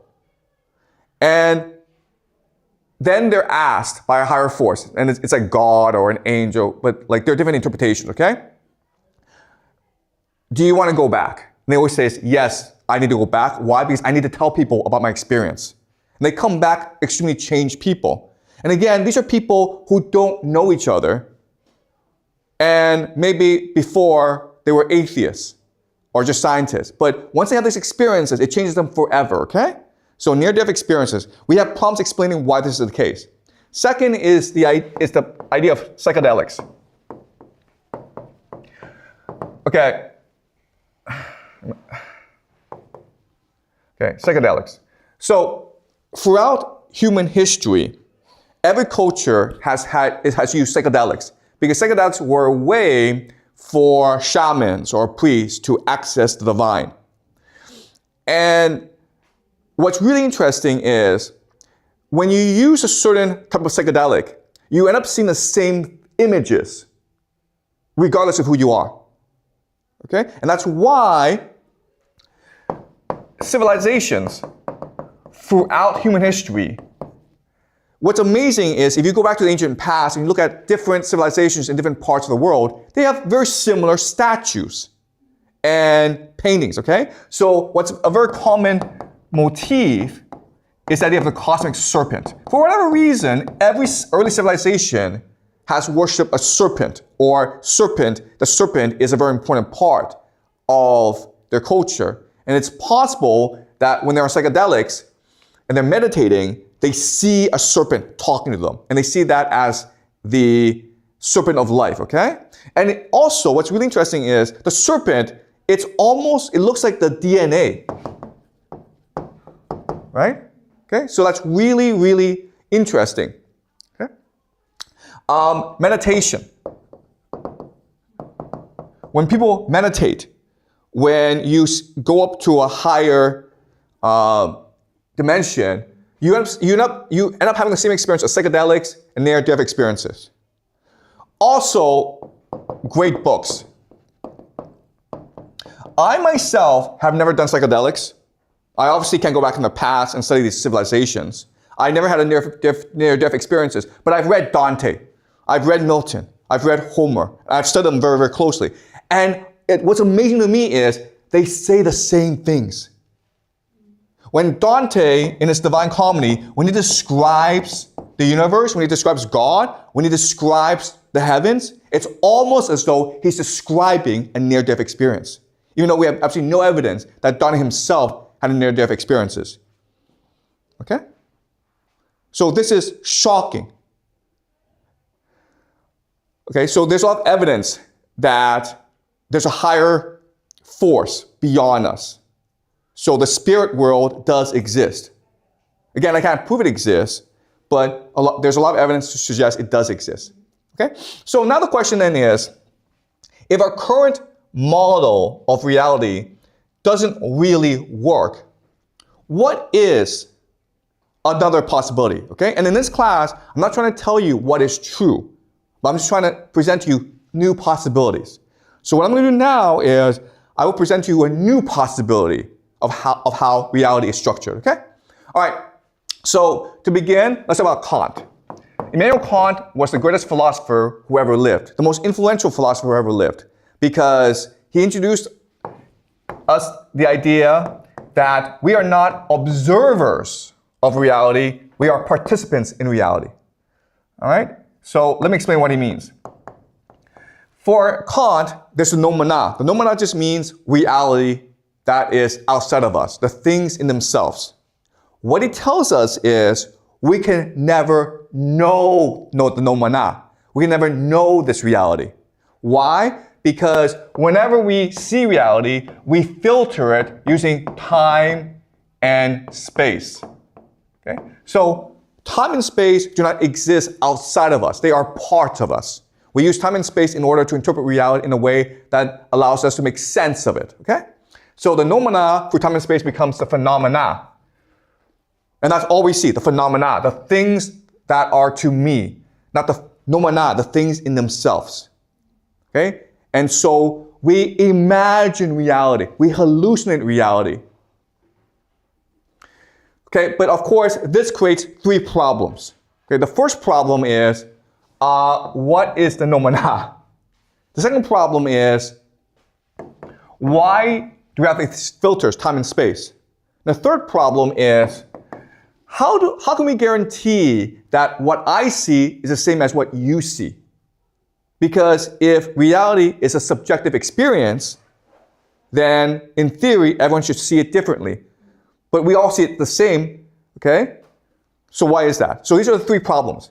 And so what happens is that Hegel comes along, okay? Hegel, another German philosopher, and he explains the idea of the Geist. So what he's saying is that the noumena, it's really the spirit world. It's the Geist. And when you do this, it solves all three problems. Okay? The noumena you can never access because it's beyond us. It's a Geist that gives us time and space. And as a result, because it's all coming from one source, we see the world in the same way. Okay? All right. So this sounds complicated, but let me now use quantum mechanics to explain what this means, okay? Let's talk about quantum mechanics.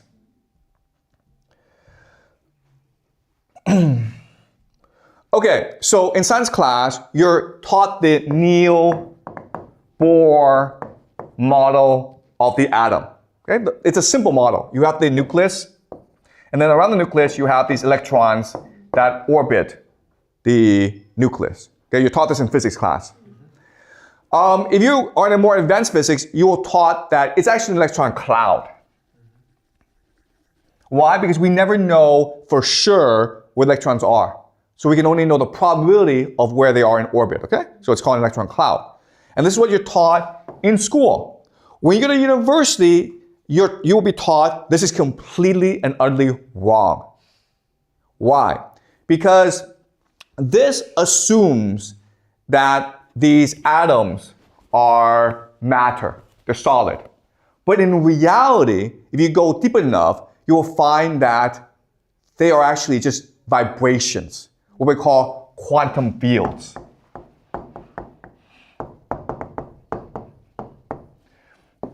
And they are just vibrations. And what the electron really is an intersection of these quantum fields. Also, these quantum fields can always exist in two states. The first is as a wave, the second is as a particle. Okay? And we can only know if it's a wave or a particle by observing it. And this is what's called a wave function collapse. In other words, all of nature is vibrational. It's energy. And it's only when we observe it, when we interact with it, that becomes something solid that we can see and measure and touch. Okay? It's called the wave function collapse. Okay? So, this is complicated. So, a physicist named Ernst Schrödinger, he creates a thought experiment called Schrödinger's cat. Okay? You may have heard of it, Schrödinger's cat. And so imagine a box, and inside is a cat. And in the cat, inside the box is also some toxic chemicals that may or may not break. If it breaks, the cat dies. If it doesn't break, the cat's still alive. And what Schrödinger teaches us is that when the box is unopened, we can never know the state of the cat. It's only when we open it can we know it's dead or alive. But before then, it's both dead and alive. Okay? That's simple to understand. But then another physicist introduced a new concept called the friend experiment, or Wigner's friend. And this is more complicated because he says, okay, if you are the experimenter and you open the box, you now know the state of the cat. But what if you're a friend? Okay? You don't see the box. You're outside the laboratory.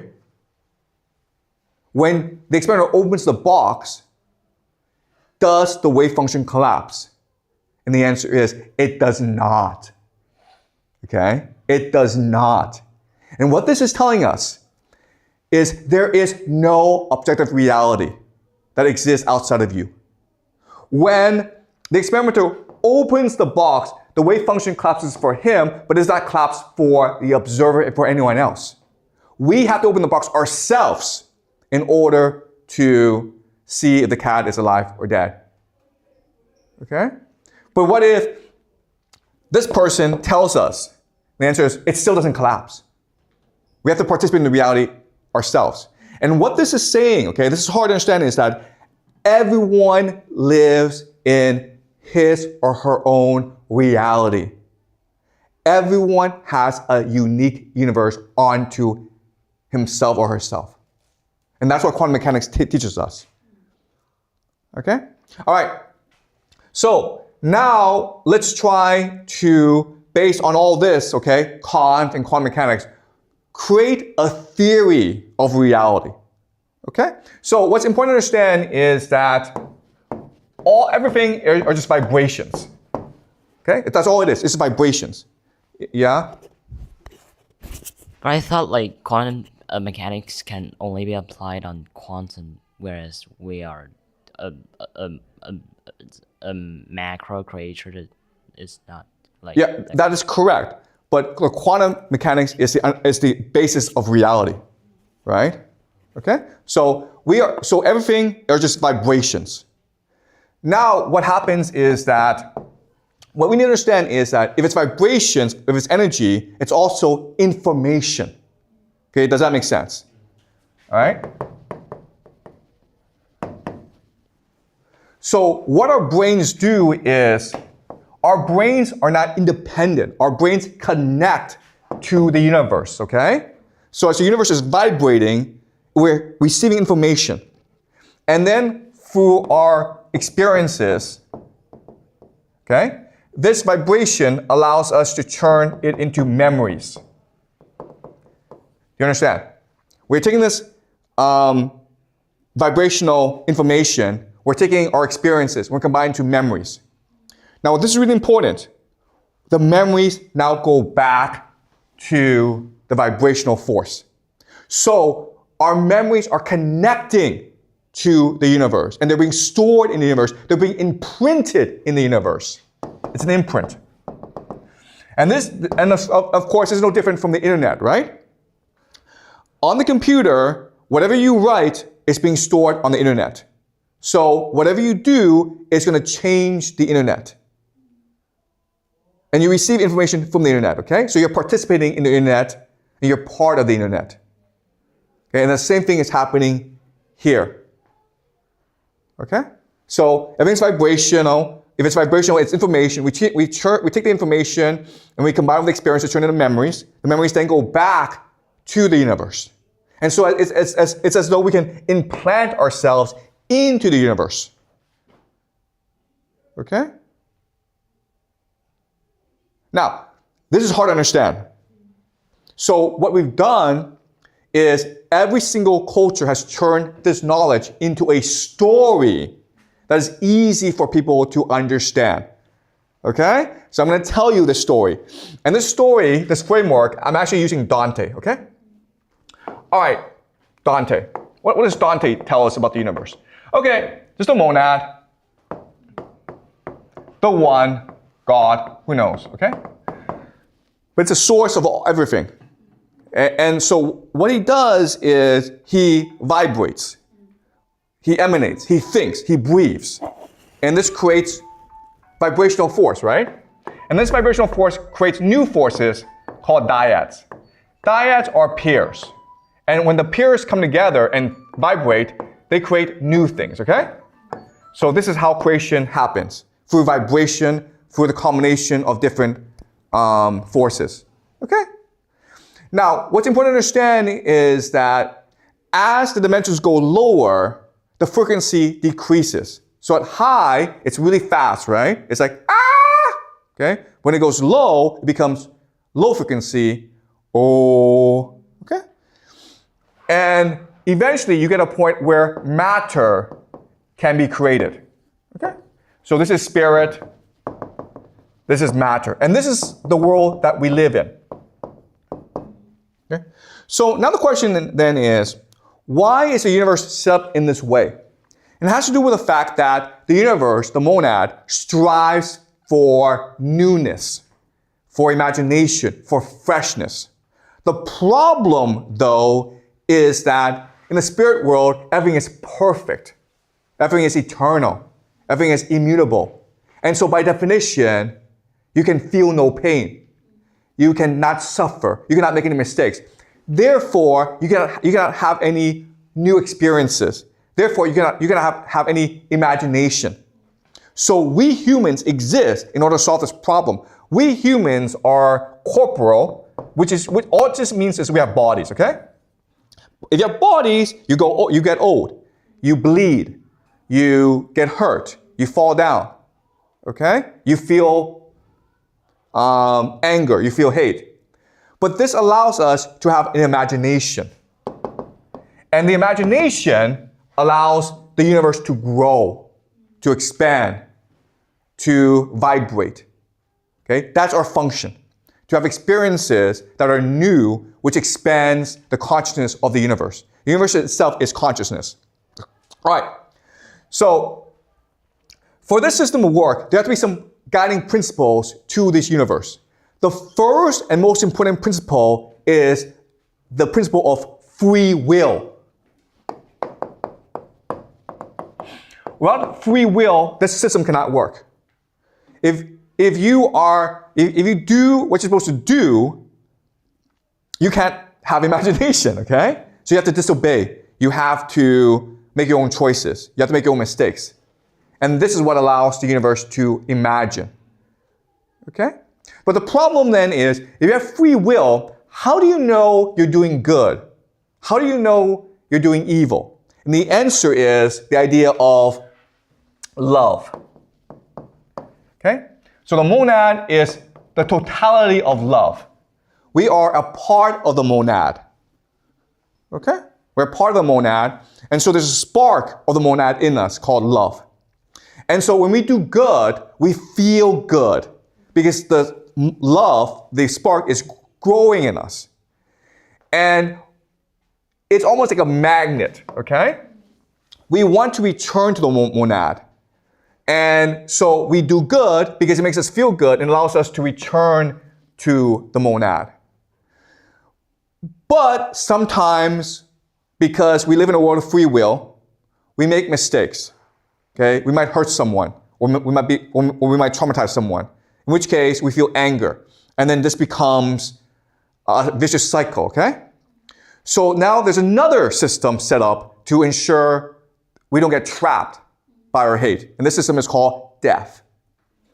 Okay? In this system, death is release. it prevents us from forever making mistakes. Because you could have a terrible life, right? But it's okay because then you go die, you go back into the universe, and now you can observe everything that you did, okay? You can see all the pain you've caused, you can see all the good that you've done. And so you become wiser. And then you come back and you live another life. And again, you can make the same mistakes over and over, but you can also improve, okay?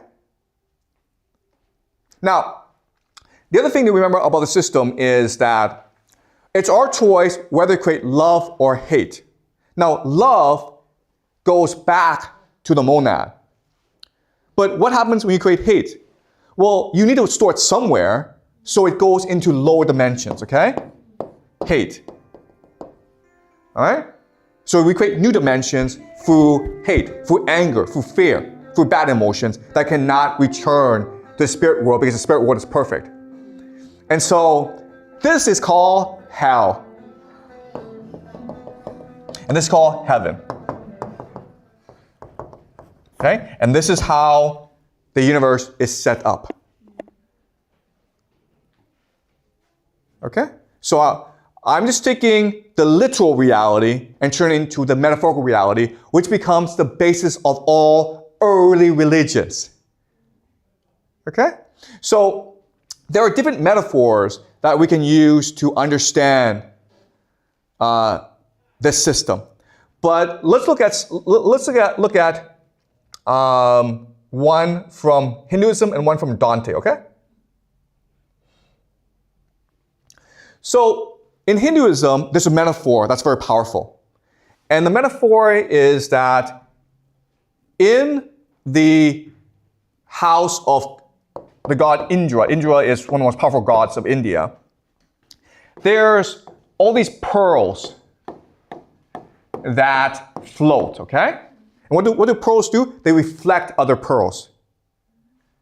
And what happens is this, because there's a spark in us, if one of our sparks grows bright, all the other pearls grow bright as well. Okay? So literally, because God is inside of you, because there's a spark inside of you, because you're capable of love, when you do love, you're capable of changing the entire universe. Because your love expands outward, and your love reflects in other people as well. Okay? So Dante uses the idea of mirrors. There's a candle, there's a flame, and we're all mirrors that reflect the candle. Okay? God's the candle, we're just the mirrors. But every one of us, no matter how far we are from God, His flame burns in us. Okay? So you could be far away and you could feel as though God has forgotten you, but there's still the flame inside you. Okay? So for Dante and for our early civilizations, God is love forever, okay? Eternal love. But God is also eternal compassion, eternal forgiveness. God will never forgive you. God will never forget you, okay? He will always forgive you. But you have to believe in God to return to God. You have to live a life of righteousness, of love, of compassion, of imagination if you want to return to God, okay? So that's how the universe is set up. We are here, our divine mission is to expand the consciousness of the universe. And we do that by embracing love and by imagining the world to be a better place. Okay? All right. So now let's go back and ask ourselves this question. If every single early religion, whether it's Taoism or Hinduism or the Egyptians or the Native Americans, if every early religion all believed this and they all knew this, how did we come to forget or deny this with a material reality? Okay? Remember, the Big Bang, evolution, neuroscience, it's to teach us that there's no God. There's no purpose. It's all just random. It's all just material. So how do we get to this point? Okay. the answer is very simple, and we'll be discussing this throughout the rest of the semester, okay? The problem is that you have heaven, you have earth, and you have hell, okay?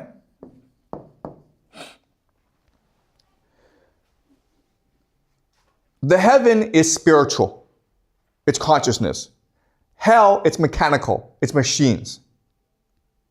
Okay? We're stuck in between. It's always our choice whether to choose heaven or hell because of free will.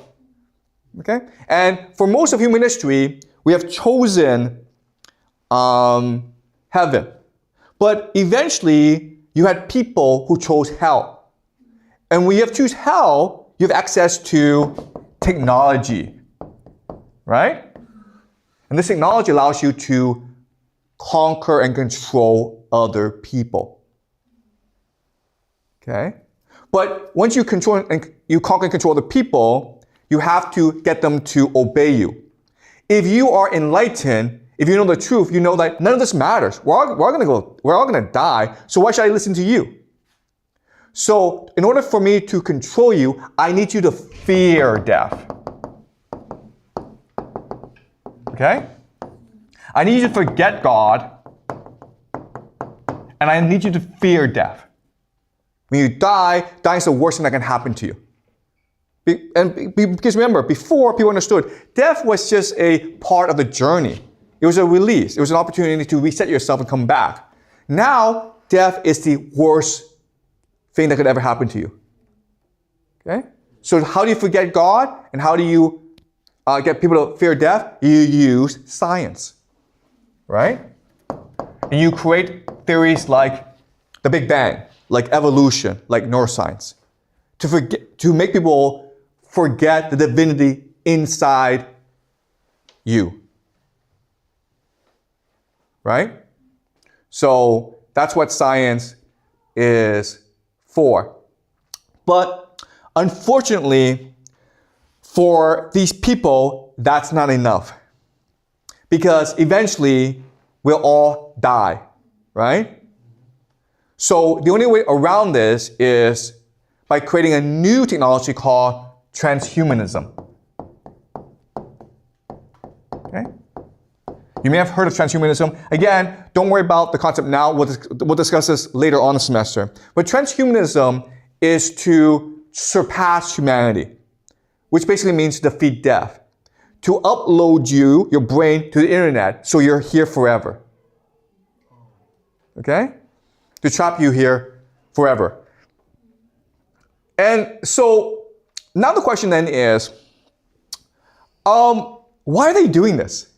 Why are people in power doing this? Okay, so as we've discussed in this class, throughout human history, it's usually secret societies that have the power. Okay? Why? Okay. Well, last class we discussed the idea of bureaucracy, right? Mass bureaucracy. And we discussed how in a mass bureaucracy, bureaucrats don't really want to do anything. They're lazy. Well, guess what? If you're part of a secret society and you're able to coordinate secretly together, you can control the bureaucracy because you're the only people doing stuff. Okay? But then the problem is bureaucracies do not like secret societies. So you have to maintain your secrecy. And how do you do that? You do that through transgression. If you guys are doing bad things together, okay? Now you have blackmail on each other. And therefore, you're committed to keeping each other's secrets. If one of you falls down, everyone falls down together, okay? So now you're committed to maintain the secrets. But the problem is this. The problem is, okay, it's conspiracy, but the moment you're found out, they'll come and arrest you. So how do you work together without actually meeting each other? And the answer is religion. Okay? Or the word we use is eschatology. Religion is just a script, an understanding of the world that allows you to coordinate secretly. Okay? Does all this make sense? Okay. So now these secret societies, they are embedded in a mass bureaucracy, and they're manipulating the bureaucracy, and they're working together to commit transgression. They have their own secret religion. Okay? When you combine these three together, what happens is that they're now forced to invert this understanding, inversion. Why? Because they know that they're doing evil in this world. So when they go meet God, God's going to punish them, right? So the way to get around this is, well, I will just worship someone who's superior to God, who is Satan, okay? Okay. So what they're going to do is they're going to invert this, okay? By celebrating Satan, they can now justify all their transgressions, right? As a way to empower Satan. Also, there's a fundamental weakness in the system, okay? So let's go over the three main characteristics of the system. The first is unity. Okay?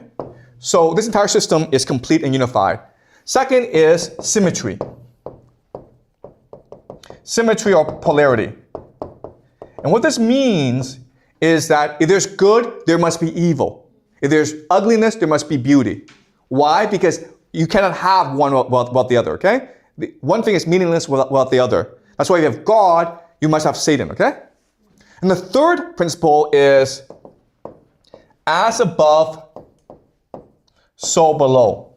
And what this means is that everything is a reflection of each other.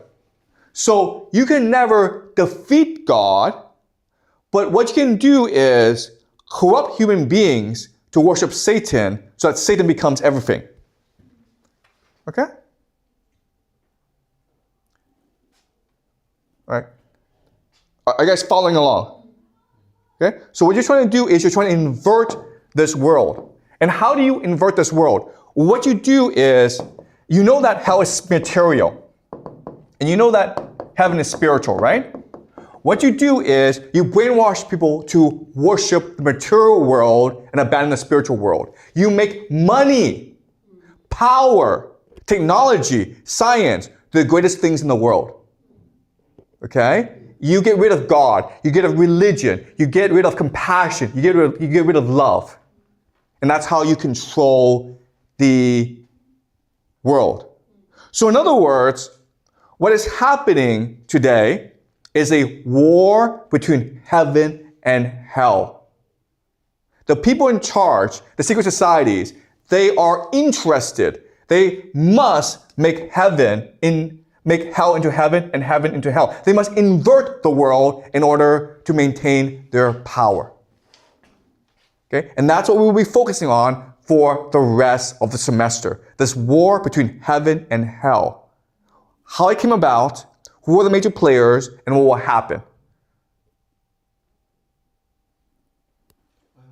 Yeah? So I'm a bit confused about the part where, so the secret society are manipulating their power beyond the rest of the people, and so they are devoting themselves into the power of Satan, right? But my question is, so this God and Satan, they don't interfere to our world, and so these are all just decisions made by the secret society itself. Yep. Okay, so in that case, if Satan now goes beyond or has the power that goes beyond God, then God wouldn't do anything to like rebuke or something? Yeah, okay, great, okay. So, first thing to remember is that because of the principle of free will, God and Satan cannot interfere in this world. Okay? Second is we have to remember that there are different secret societies. There are thousands of different secret societies, okay? But the secret societies, that are able to use all three principles to accumulate power on the most successful. Okay? So that's why they're promoting Satan. Then the third question then is, why doesn't God do anything about this? Okay? And the answer is because if you think about it, only in time of complete darkness, only when Satan rules can humans fully shine. Right? Does that make sense? So God has trust in us. God has faith in us. God loves us completely. God believes that someone will stand up and do the right thing. And when that person does the right thing, the universe will shine. Okay? Does that make sense? All right? So only in a time of darkness can the light truly shine. And remember, when someone shines that light is reflected in everyone else. So everyone's light shines as well. Okay? So that's the idea here. You can choose to shine if you want, but only if the world becomes really evil and dark and sinful can you have this option. Okay? Yeah, back there?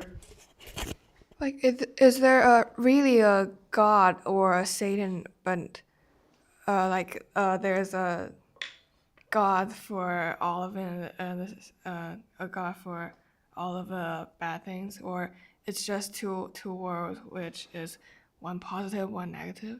Okay, that's a really good question, okay? So what all this is saying is this, okay? In reality, literally everything is just vibrations, all right? How these vibrations work, right? No one knows, but it's all just vibrational.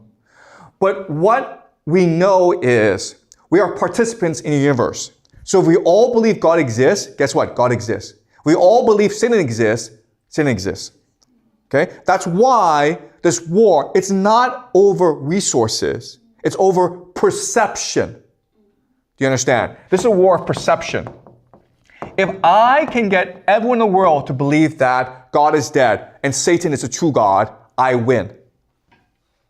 Okay? And how do I do that? Well, I can do that by shooting rockets up into space, by putting man on the moon and on Mars. Okay? Why? Because now I've destroyed the concept of heaven. Before, we've understood that the moon, the Mars were beyond us because they are heavenly, they're spiritual. But once I put man on the moon and on Mars and go beyond, I've proven heaven doesn't exist. I've destroyed God. I can also fake an alien invasion and pretend these aliens are Satan, okay? Okay? All of science, you don't know this, but all of science, it's not about discovering reality, it's about reinventing reality in a way that serves power. That's what science really is. Yeah? So is there people who, they don't believe in Satan or God, they choose to let others believe in them, they're making themselves into a God? Does it work? Because if you believe God, then God exists. If everyone believes in it. So if everyone believes in him or her, does it work to make him into a God or Satan, some kind of? Okay, that's a good question, and the answer is no. Historically, what's happened is that a charismatic leader has emerged to say that I am God's representative. Okay? Why? Because we believe we're all equal. Right? You're no different than I. What makes you God? Well, the answer is because I'm channeling God. Okay? And historically, so look at the early empires, the early kingdoms. What the kings say is that I'm descended from God. God came down, had sex with my mother, and now I'm born. Okay? But that person is not saying, I am God itself, but I am born of God. Okay? Does that make sense? Okay. All right. So this is the basic framework for what we'll be working with the rest of the semester. Okay? But understand that what's happening today is a war between heaven and hell. If I can convince you that God is dead, and Satan is the true God. If I can convince you that the material world is real, the spiritual world is a lie, if I can convince you that death is the worst thing that happened to you, and you should do all you can to live, then hell has won, okay? But what's important to understand is this system is set up so that hell can never win out. And the reason why is the entire cosmos is interconnected. So if we do evil, if we feel pain, if there's too much suffering in the world, the earth itself rebels, right? Because of vibrational energy. And this leads to things like the Great Flood, which resets the world and lets humanity renew itself. Okay? So there are all these different fail-safe systems in here, to make sure that hell can never triumph. And that's why Elon Musk wants us to go to Mars, okay? All right? But understand, if you just use this concept of heaven and hell, even though it's metaphorical, even though God and Satan are just projections of our imagination, they do help us understand the world better. Okay? Okay. So any questions? Any more questions before we conclude for today? Great. Okay. So we'll continue this tomorrow. Friday. Yep. Okay. No way out. We stuck. We turn into one just to survive. No place to run, nowhere to hide. Nowhere to hide. Lost who we were just to stay alive. Stay alive. We turn into one just to survive. To survive. Yeah. Dropped in a place, we ain't know the rules. No map, no guide, we just had to move. Different talk, we don't speak the same. But we all feel fear, yeah, feel the same. Sin the safe, but the outside wild. If you want that food, you gon' risk your life. Every step feel like rolling dice. Every day we just tryna survive. At first we lost, didn't trust nobody. Now we locked in, like one body. We turn into one, just to survive. Yeah. No place to run, nowhere to hide. Lost who we was, just to stay alive. Yeah. We turn into one, just to survive. We made our own way, made our own code, made our own words, now we in control. Turn pain to power, yeah, we evolved. From nothing at all, now we standing tall. They pick the smartest, that ain't the way. They pick the one who would give they pain. Cut his hand, didn't say a thing. That's when everybody changed. No talk, just proof. That's how they choose. Years past, now we think the same. Move fast, we don't need to say. One move, we react as one. That's how everything get done. One hurt, yeah, we all feel pain. One loss, yeah, we all take blame. Ain't no me, now it's all we. That's how power really be. We turn into one, just to survive. No place to run, nowhere to hide. Lost who we was, just to stay alive. We turn into one, just to survive. Yeah. But that ain't just a story, ain't a story. But that's how they built it, Okay, so welcome back from the break. Today, I want to talk about an incident that happened in October 2015 at Yale University. What happened was this. Halloween is coming up. And on Halloween, people like to dress up silly, get drunk, have a good time. And a university department called the Intercultural Affairs Committee sent an email to students saying, it's Halloween, you guys want to have fun, that's fine. But please be sensitive about the feelings of other people. So for example, do not dress up like a panda because we have Chinese students and they might be offended if you dress up like a panda. Okay, so this email went out to all the students at Yale. And one teacher who works at a residential college called Silverstein. Okay, so Yale, the university, is divided into dormitories called residential colleges. And she is a dean with her husband of this college called Silverstein. And to her students, she writes an email and says that she didn't agree with the university email. She says that a university is a place for you to explore, experiment, and make mistakes.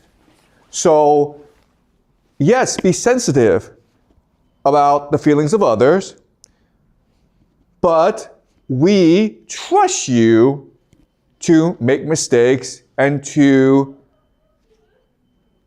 recover from them, okay? So, the debate was essentially over safe space versus free space. The university said that safe space is important. We must respect the feelings of others. But the dean of Silverstein, her name is Erica Christakis, she believes in the idea of free space. So a university is a place for debate, for questioning, for experimentation. And yes, feelings will be hurt. That's part of the growing up process, the intellectual process. So let me ask you a question. Do you guys agree with number one, who argues for safe space, or number two, Erica Christakis, who argues for free space? What do you think? Sorry, can you speak into the mic, please? Of why? Yeah, why do you believe number one and number two is correct? Oh, because I think that university is a place that you could explore yourself, jump out of your comfort zone and try the things that you never had experienced before. Okay, who disagrees? Who believes it's more important to respect the feelings of others? Like if the college prohibit these dressing that may be offensive to other students, it's just in the campus. If you like walk out into the society, it still will have the people like wants to dress maybe like a panda or something. So I think it's like necessary to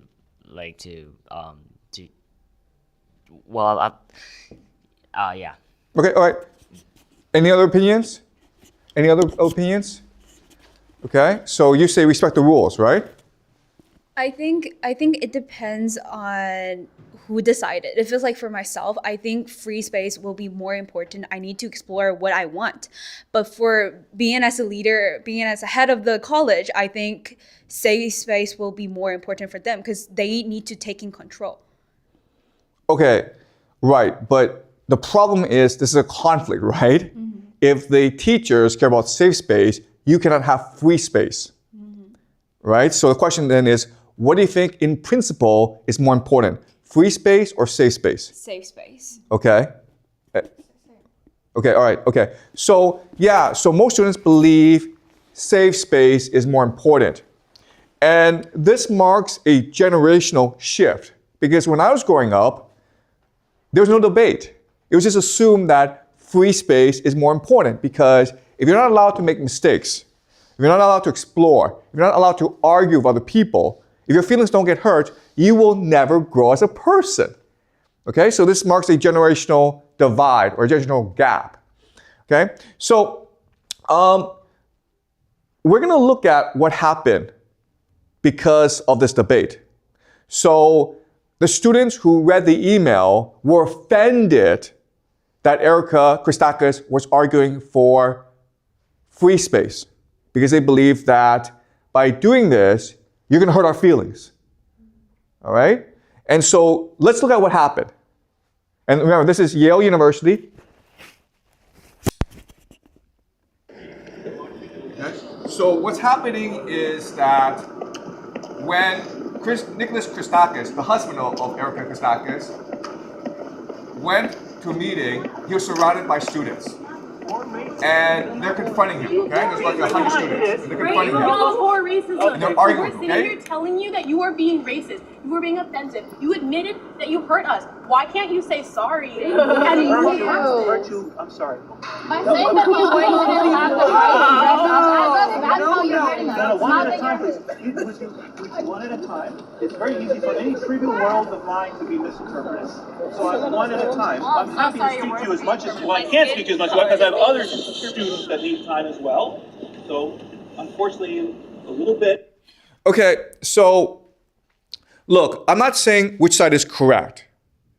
Okay, both sides have legitimate points. Both sides have problems. But you will notice that the professor, he's much older than the students. And the students are treating him, you can see their faces, right? They're treating him with some contempt. And that's not appropriate. And when I was growing up, we didn't do this. If you didn't like a professor, you thought, well, he's an asshole. But you know what?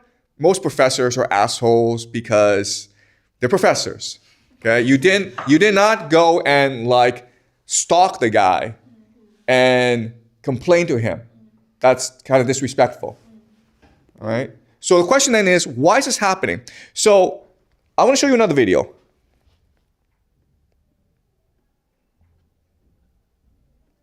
And this video is kind of crazy. Okay, this video. You understand that? As your position as master, it is your job to create a place of comfort and home for the students that live in Silverman. You have not done that. By sending out that email, that goes against your position as master. Do you understand that? Then No, I don't agree with that. Then why the fuck did you accept the position? Because Who I have the fuck hired you? Okay, so this is not appropriate. Okay, again, both sides have legitimate points. But this is not appropriate, right? Because what she's saying to him is, you work for us. Your job is to make us feel at home. And his response is that my job is to help you learn. My job is to help you grow. And that means openness. That means debate. That means pain. And her response is, I don't want that crap. I want to feel good. I want to feel at home. I don't be challenged.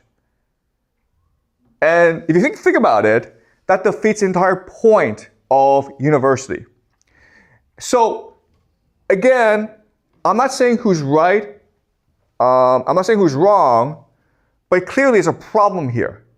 And when I went to Yale a long time ago, we didn't have any of this. In fact, this sort of incident where a student would curse a professor, it was unimaginable to us. Okay? So the question then is, why is this happening? And there are three explanations for why this is happening. The first explanation is parenting. These kids grew up in very privileged households, and their parents are very protective of them. And their parents treat them like friends. And so these kids are spoiled, okay? That's the first explanation. The second explanation is the idea of a consumerist mentality. So in a university, the idea is that the students are consumers, they're customers, and the customers are always right. What the customers want, you have to give them. So if the customers want a safe space, they want to come and enjoy their time at university, and they don't really challenge, the professors have to meet their demands. Otherwise, he should not have this job. Okay? And this is a mentality that we call neoliberalism or consumerism. Okay? That's the second explanation. Okay? The third explanation is ideological. So the idea is that at universities are overrun by left-wing professors who teach students that society is racist against minorities who happen to be, black and female. And they must overturn the white racist supremacist structure. And you do that by telling white professors who are privileged that they are racist.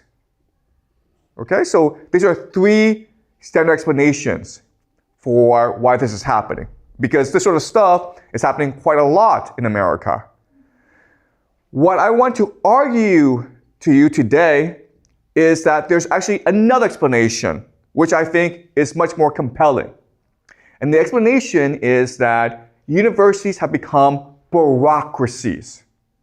Before, universities existed to teach you how to think, to help professors do cutting-edge research that helps a society improve or innovate. But today, universities, including Yale, Harvard, all the universities have become bureaucracies that exist in order to promote the interests of the administrators who want to sit in their office, get really nice, get a really big salary, and feel good about themselves. Okay? That's the argument I will make to you today.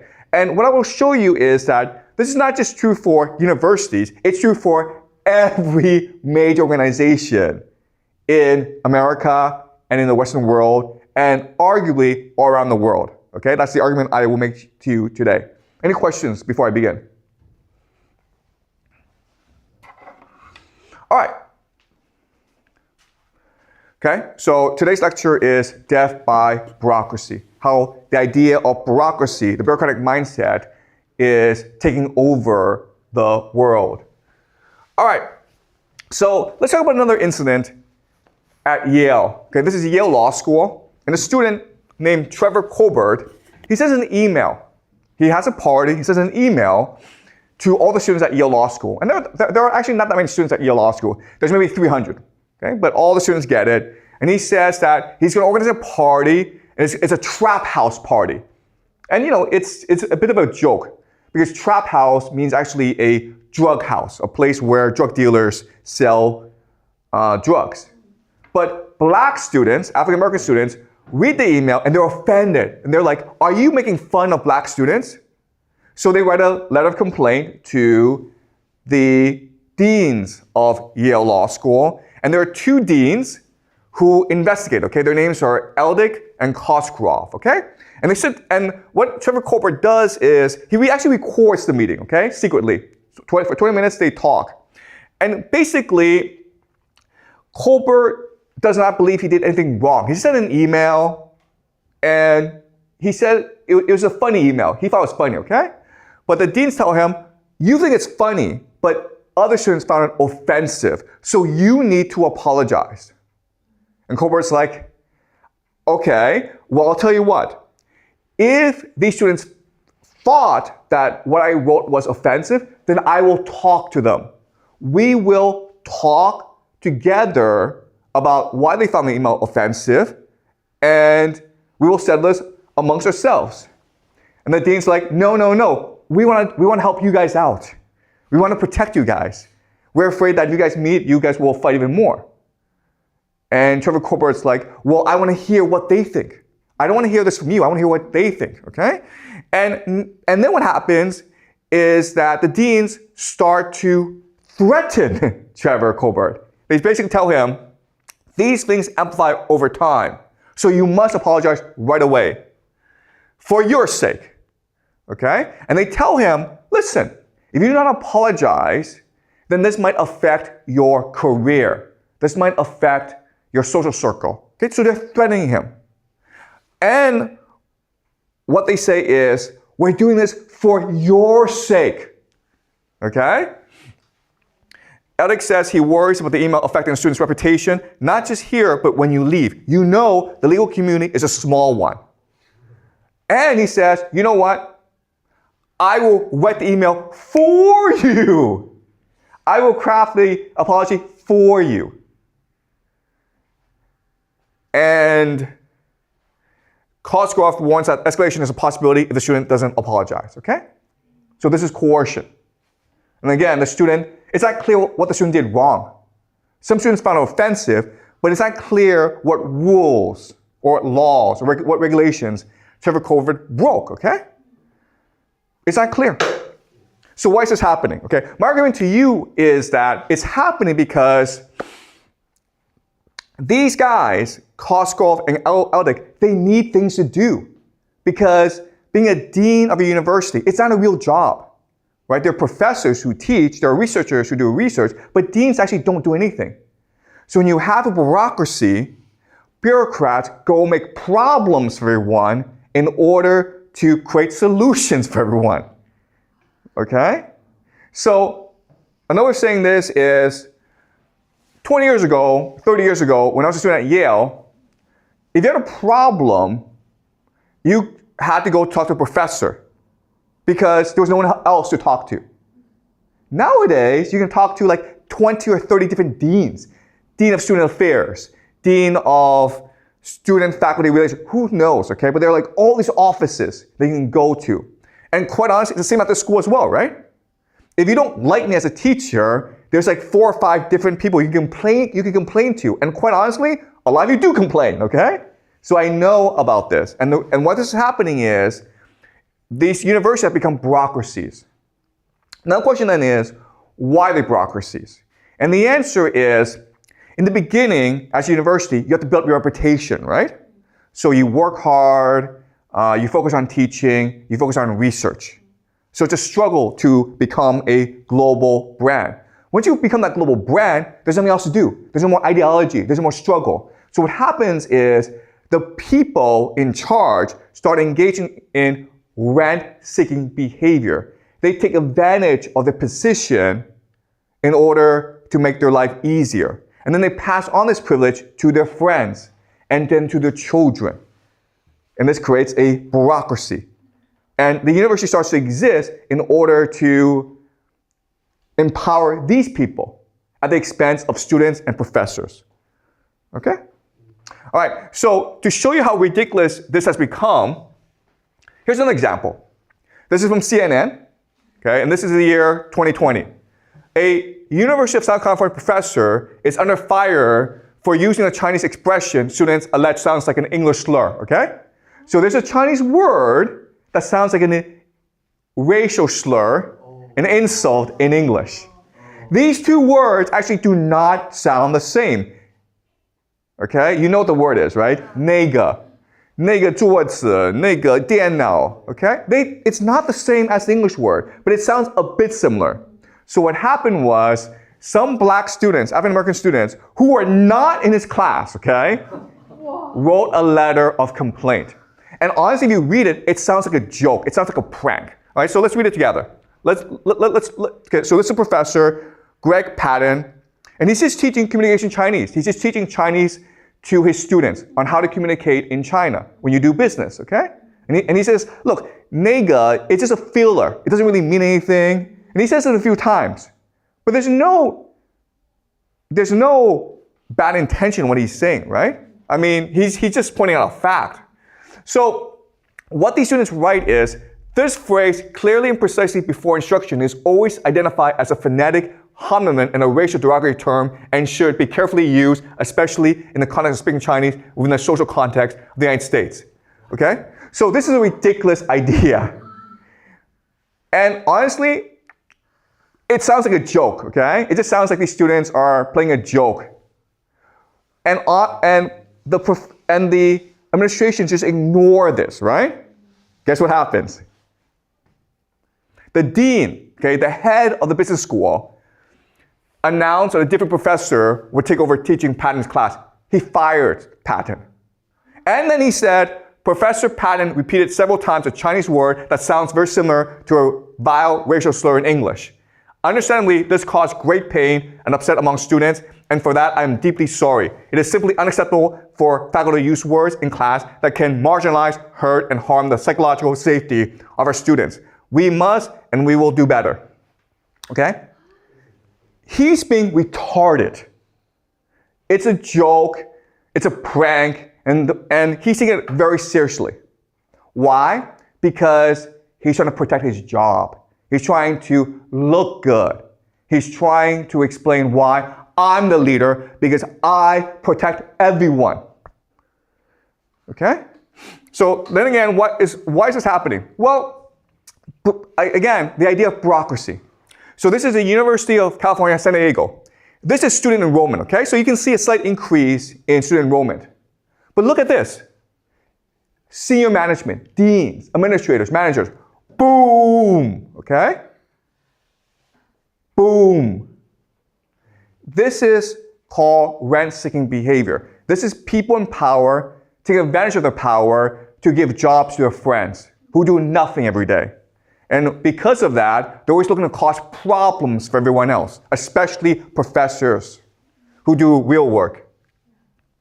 Okay? So let's just look at universities. As you can see, the blue is teaching. So what's really interesting is that the investment in teaching has gone down. Okay? Sorry. The investment in teaching has gone down, the blue, okay?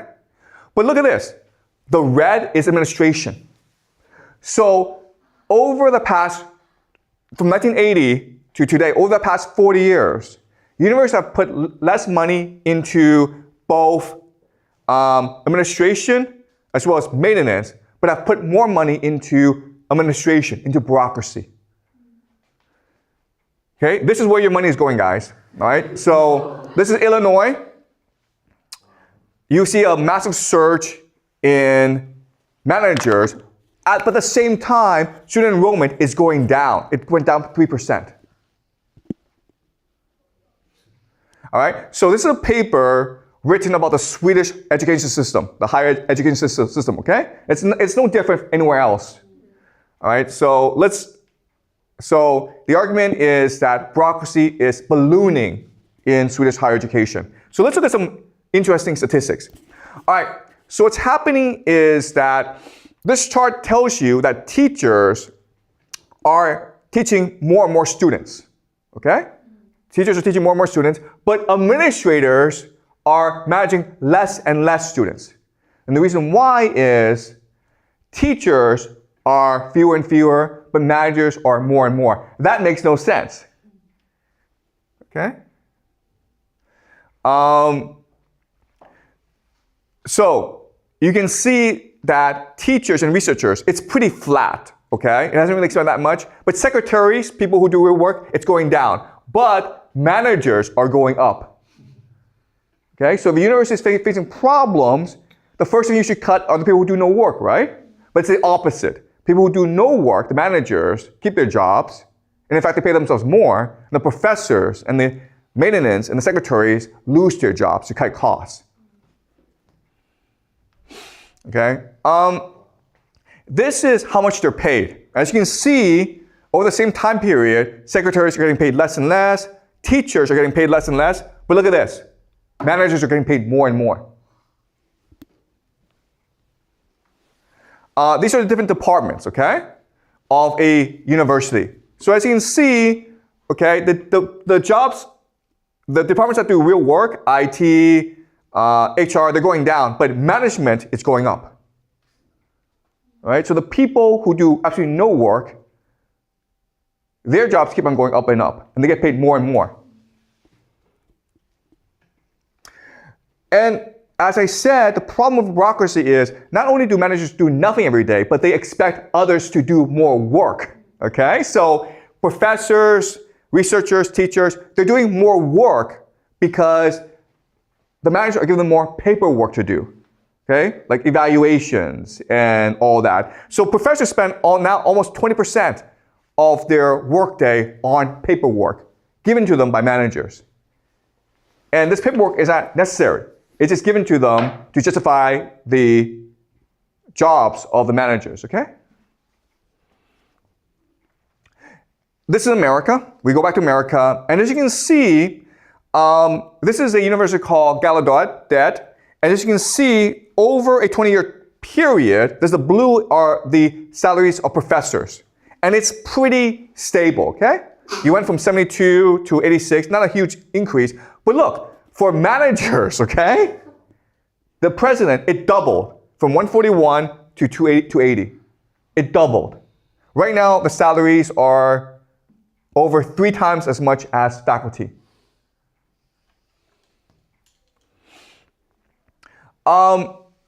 This is Connecticut. At Yale, the president makes $2 million a year. At Wesleyan, he makes $3 million a year. Okay.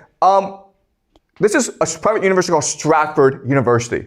And it went bankrupt. Right now, more and more universities are going bankrupt because obviously you have too many managers and all they do is get huge paychecks for doing nothing. Eventually, you're going to go bankrupt, right? So, yeah?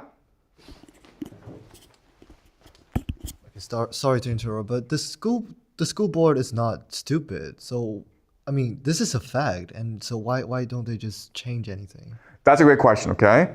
The reason why is they're all friends. The school board, the president, the vice president, they're all friends. And that's why they can do this.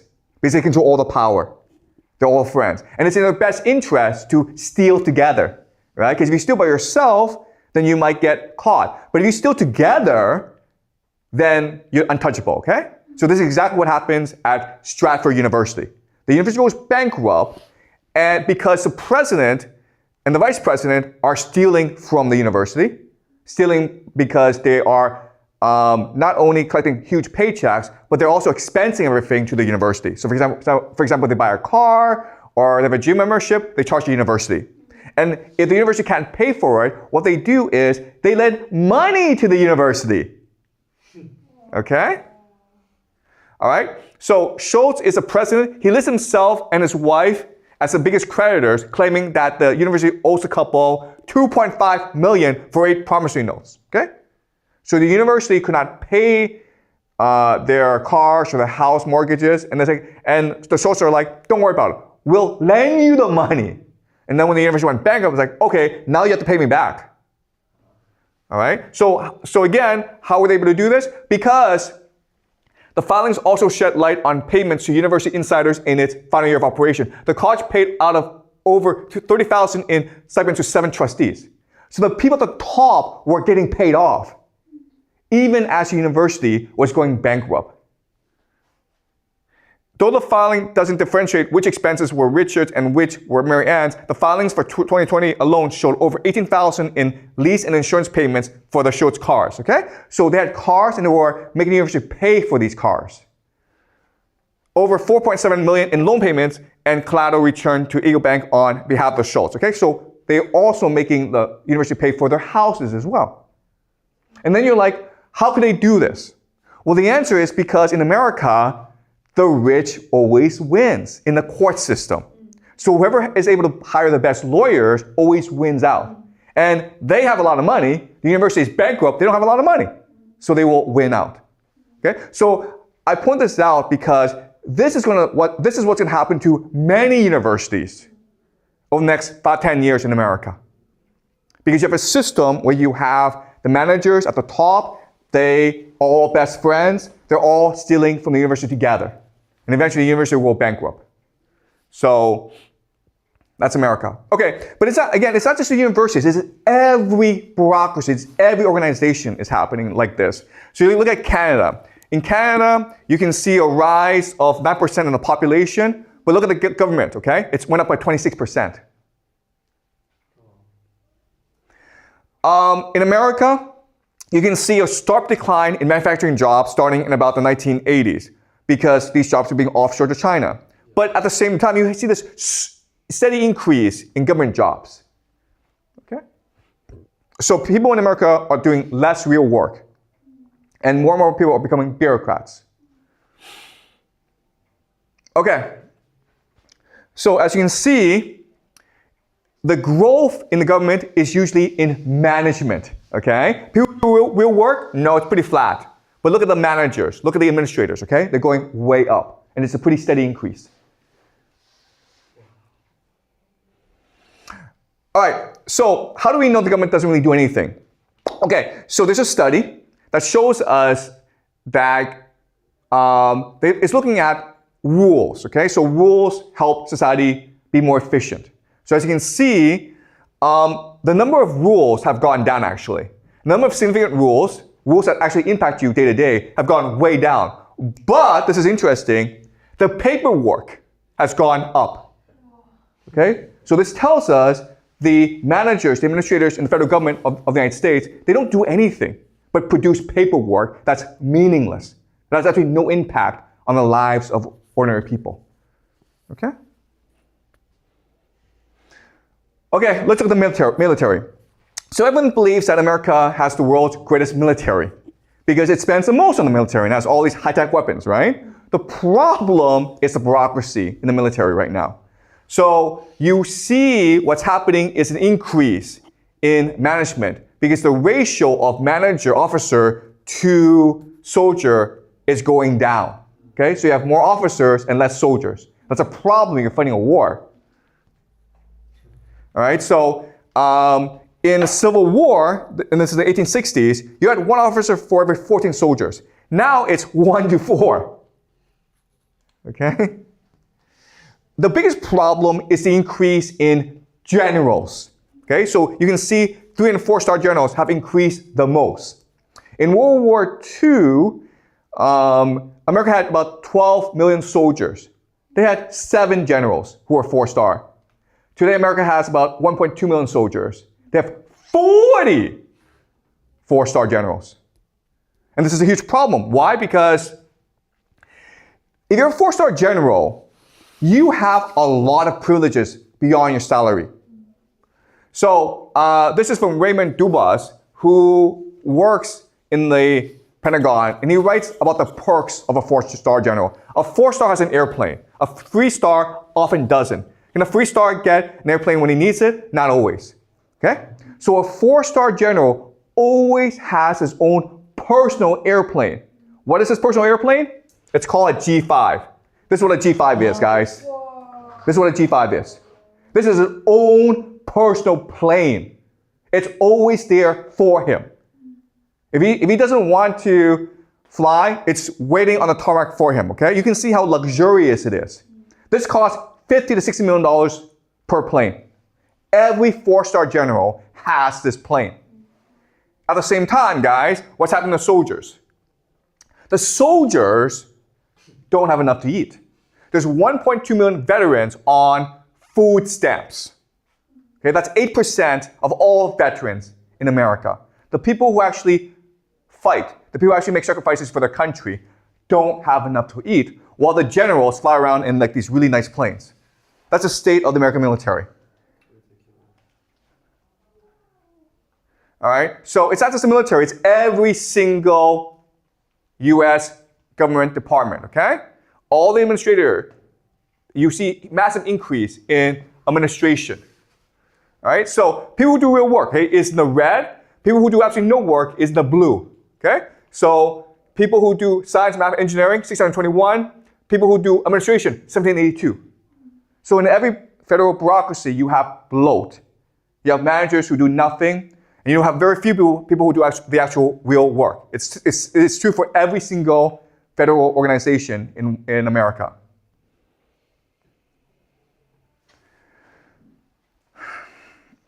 So this just shows you the ratio of managers and supervisors to other employees. What's really funny about bureaucracy is evaluation is very important. Who does the evaluation? Managers do the evaluation. So at the end of the year, they do performance review, and what happens is they evaluate themselves and their friends and say, "You really did a great job." And they then look at other people who do the real work and says, "You guys could do better," okay? So outstanding is the highest performance review for the government, right? 64% got outstanding, okay? Managers who do nothing every day. 47% got outstanding for every other job. All right? So it's a rigged game. Same thing with hospitals. The brown is the growth in doctors. You can see it's pretty steady. But look at the administrators. Okay? The yellow are the administrators. It's blowing up, okay? And so it forces healthcare costs to go up. The reason why healthcare is so unaffordable in the United States is not because it has the best healthcare in the world. It doesn't. It's expensive because it's got so many administrators who do nothing every day. All right? So, what do these managers do? Well, the managers always think of new ways to screw everyone else. Okay, so these are health insurance companies. And this is their denial rates, okay? So you work hard, for 40 years you pay your health insurance, okay? And then maybe you get cancer. And then you go to the doctor charges you like $1 million. And you're like, you don't have $1 million, but you have insurance, so you go to an insurance company, it's like, hey, I paid 40 years of insurance fees. Can you help me out? And look, the insurance company, United Healthcare, about a third, 32% of all claims are denied.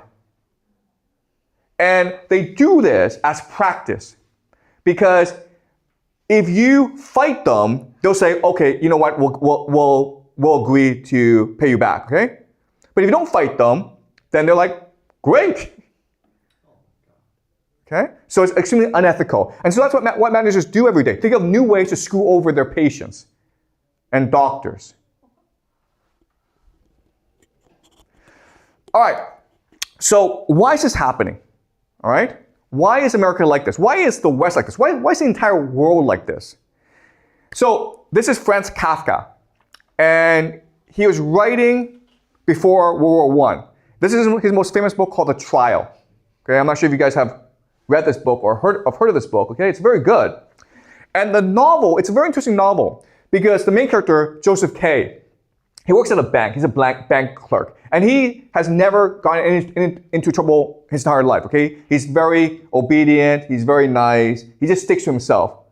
And then one day, the police come and arrest him. The police don't tell him why. And Joseph K. tries to figure out why, but he does not know what he did wrong. He does not know why he's being arrested. And then he's put on trial. And the judge doesn't tell him what he did wrong. Okay? And Joseph K. is trying to figure out why is this happening to me, okay? And this is his answer. Its purpose is to arrest innocent people and wage pointless prosecutions against them, which, as in my case, lead to no result. How are we to avoid those in office becoming deeply corrupt when everything is devoid of meaning? Okay? Because society has become a bureaucracy, and bureaucrats need things to do. So the police go and arrest innocent people and then send them to trial, okay? Now, what he doesn't say is, the police could arrest criminals, right? But the police don't want to do that because the criminals might fight back. Or the criminals might be mean, okay? They rather arrest an innocent person because they know the person will be compliant. Okay, that's the logic of bureaucrats. How do I justify my existence by doing as little work as possible? Okay? So, this sounds strange, but let me tell you a story. This is a true story. I'm in Toronto with my 2 boys, and I let them run around the park, okay? And we've been doing this for 2 months. So I trust them. One of my boys, he's 4 years old, he runs too far. And I lose track of him, okay? A stranger finds him and starts talking to him. But my boy doesn't speak any English. So people now surround my boy, like, where are your parents? And he is scared because he doesn't speak any English. So he faints, okay? That's what he does, he faints to protect himself. So they call the police, and they call the paramedics. They come and they make sure he's all right, okay? Now I find him, okay? And now the police interview me, they interrogate me, and I explain to him what happened. And at this point, they just let us go home, right? but they insist on taking us to the hospital. I'm like, if we go to the hospital, we could be stuck there for like 12 hours. We could be in line, and like the paramedics, the MAT has already told us there's something wrong with him. Okay, it's not heat stroke, he just fainted. But he's fine. His vital signs are fine. But the police kept on insisting. Meanwhile, there's a fight going on at the park. Okay? And I'm thinking to myself, why are you guys bothering me and not going to arrest those guys who are fighting somewhere else? And the answer is because it's easier to deal with me than it is to go arrest those guys. Okay? That's how bureaucrats think. They're always thinking of ways to justify their existence, but not do real work. Okay? And that's the message of the trial. Eventually, society becomes so bureaucratic that the bureaucrats only think about how to make problems for ordinary citizens, because life becomes easier for them. Okay? Does that make sense? All right. Let's move on to The Origins of Totalitarianism by Hannah Arendt. Hannah Arendt is one of the 20th century's most powerful intellectuals. And she's writing about how Nazism came to dominate Germany, and how communism came to dominate Soviet Russia, and how these two regimes led to the deaths of tens of millions of people. How they started World War II, how they created the Holocaust, how they created the famine, okay? And in her book, she says that these two regimes are religious cults. They're evil cults. And they have three defining characteristics, okay? The first is that they're removed from reality. They don't care about reality. They have a religion, they have a faith, they have a mindset, and they want to impose their faith on reality, okay? They don't care about reality. They're removed from reality. That's the first thing, okay? Second thing is that when you're removed from reality, your only logic is movement, expansion, okay? You only know if you're right if you're growing, okay? So if the Nazis, their faith, their religion would lead to the destruction of Germany, but their membership was increasing, so they were right. They were winning these wars against European countries, therefore they're right. Okay? They cannot use logic to explain their actions, so they use movement to justify their actions, okay? That's number two. 1 and 2 means number 3, which is the Nazis and the Soviets hated reality. They defied reality. They fought against reality. So even though the Nazis were losing the war, even though it's clear they could not defeat the Soviet Russia, they doubled down. Because in their religion, movement is what matters. Defying reality is what matters. And that's what led to the destruction of Germany. Okay? All right, so, and she explains that totalitarian regimes have these 3 characteristics. They're removed from reality, all they care about is expansionism, and they want to defy reality as their true test of faith. What she does not say in the book is that these 3 can apply to all bureaucracies, all governments, meaning that over time, all governments, all bureaucracies will tend towards totalitarianism, because that's the only way they can justify their existence. Okay, does that make sense? All right, so let's talk about this concretely. Okay, what do I mean by this? So this is a book by James Scott. It's an excellent book, by the way, called Seeing Like a State. And he's trying to explain to us how bureaucracies work, how governments function. And for him, governments actually create more problems than they solve. Why? Well, he lists 4 reasons. The first is that all they care about is the administrative ordering of nature and society. So another way of saying this is a bureaucracy is a machine. It's a hierarchy. It's static. It's mechanical. But society is like a forest. It's diverse. It's an ecosystem. It's organic. For a state to exist, it must turn the forest into a machine like itself. So it destroys diversity. It destroys spontaneity. It destroys imagination, okay? All right, so let's use an example of this, all right? So my question to you is like, who are you? Can you tell us who are you? Like who are you as a person? Tell us who you are as a person. Yeah, just use 1 or 2 minutes to introduce yourself. Who are you as a person? Hi, my name is Banker, and I grew up in Beijing, and I came to Moonshot, this school, in 2024, last year, and Okay, wrong. Okay, that's not the correct answer. The correct answer is you're a teenage boy. Oh. Okay, that's the correct answer. All right, you believe that you are an individual with individual aspirations, ambitions, with a past, with a history. The state doesn't care. The state needs to classify you in a way that can use you, okay? You're a teenage boy, which means like 2 years' time, you can be employed in a factory, or I can send you to war. Okay, that's all I care about. Okay, I don't care about your name, I don't care about who you are, I don't care who your parents are, I don't care about your past, I don't care what you like. All I care about is the fact that you are a teenage boy, and therefore I can exploit you for labor. Okay, that's how states think. Okay, so the bureaucratization of society. Second is the idea of high modernist ideology. So because the state is a monopoly, the bureaucracy is a monopoly, it becomes arrogant, it has hubris, it's overconfident, and it wants to impose its ideology on everyone else. It believes that through its own planning, it can achieve paradise.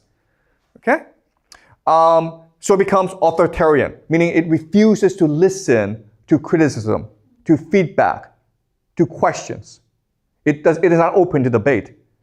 It imposes its will on people, okay? Which creates a weak civil society. And if as an organization, you're not getting feedback, you're not allowing for openness, then you will wither and die, okay? And that's why states, governments will always fail in the end. Okay, so he uses 2 examples. The first example is what happened in the late 19th century Germany. So in Germany, there's lots of forests. And the state is thinking of ways, how can we best monetize the resource of the forest? Well, there's certain trees that you can cut down for lumber, right? The problem is that in a forest, most space is occupied by useless shrubs or greenery or trees. Okay? So their bright idea is, you know what? Here's a simple solution. We'll burn down the forest and just plant trees that we can harvest for lumber. Right? Brilliant. That's a brilliant use of space. It's more efficient. The problem, though, is that when you do that, the trees are now susceptible to disease, to weather changes. A forest is resilient because it's diverse. Okay? So this is what Scott says. Monocultures are, as a rule, more fragile and hence more vulnerable to the stress of disease and weather than polycultures are. Any unmanaged forest may experience stress from storms, disease, drought, fragile soil, or severe cold. A diverse, complex forest, however, with its many species of trees, its full complement of birds, insects, and mammals is far more resilient, far more able to withstand and recover from such injuries than pure stands. So nature has diversity because it allows for resilience. Okay? Some part of the forest can die, but the rest of the forest will recover from anything, whether it's disease or drought or weather. Okay? And we humans are the same way. If you let humans do whatever they want, we are resilient. So some communities might die off, but other communities will adapt. The problem with a state, with a government, is that it sees diversity as an enemy. Okay, so if there's a natural disaster, it's very likely that a lot more people die off than otherwise, okay? Another example is forced communism in Tanzania. Okay, so it's a top-down system. And their idea is, okay, these farmers have their little small farms and they grow their crops, but that's not efficient. What if we just got all the farmers together and had coffee? And they all, had coffee or wheat or whatever. And then we can sell this to other countries. Okay? And of course, you can imagine that this will lead to starvation, because it's the same principle as the forest. If there's a weather crisis or if there's a disease, then all your crops die off and then your people die off. Okay? What these planners carried in their mind's eye was a certain aesthetic, what one might call a visual codification of modern rural production and community life. Okay? So the problem with bureaucrats is they have no imagination. Everything to them has to be mapped out. They like things that can be mapped out, that can be a blueprint, okay? They like to brag about these things because that's how they see the world. But real world, nature requires diversity, it requires organic, okay? All right, so he gives examples of how the state transforms society. So before, what would happen is that people would just come together and they would organize their communities according to their needs. Okay, it's a bottom-up process, but the state wants to create permanent cities where people are just in one place all the time, right? That's why you have cities. Before, what's natural is just for people to live on small farms and share stuff with other people, to trade with each other. The problem with this is the state cannot tax you. So what the state does is it brings you to cities, makes you work in a factory so it can tax you. Okay? The point of giving you a wage is so it can tax you, to exploit you. Property. Before, it was very common for people to share property together. Okay? Now, it's all owned and controlled by the state. Resources are the same thing. Before, people just used resources according to their needs. But now the state wants to centralize these resources. Okay, so it can tax and exploit people properly. Okay, so that's what a state bureaucracy does. So what are the consequences of the over-bureaucratization of society? Well, what's happening in America is that while consumer goods like cars, clothing, and cell phones are going down, what's going up are hospital services, schooling, okay, housing. Why? Because these are monopolies controlled by bureaucrats. Right? So what's happening is with the over-bureaucratization of society, it's almost impossible for middle-class people, ordinary people, to have a good life now. Okay? Here's another really interesting chart. The black shows you the growth in the stock market, okay? And you think, wow, this is a good thing. Okay? The problem is, first of all, only 10% of people in the United States control most of the stocks, over 90% of the stocks. The other issue is this. The other issue is, if you look at prices, yeah, it's gone up. But if you look at stocks as units of gold, if you use gold to buy stocks, guess what? The price of stocks have gone down. That's a blue, okay? If you use money to buy stocks, it goes up. But if you use gold to buy stocks, it goes down. What this is telling us, okay, very simple, is we are living in a lie. All this wealth generation, it's all a lie. It's not real. We just think it's real. We're living in a fairyland created by bureaucrats to fool us to believe that we are prosperous. Okay, does that make sense? The amount of gold that you can buy with stocks has gone down. Okay? Okay, so the blue is the gold, the black is money. The money is worthless. Okay? All right. Another problem that bureaucratization has created is people don't want to work anymore. So in America, this is called quiet quitting. In China, it's called 躺平 or 摆烂. Okay? Lying flat, let it rot. People don't want to work anymore. Why? Because it's pointless to work in a bureaucracy, right? Leaders don't care. The organization doesn't need you. You are alienated. You are told what to do and you cannot negotiate. You cannot rise within the bureaucracy. You're being asked to work too much. You feel as though you're just a machine.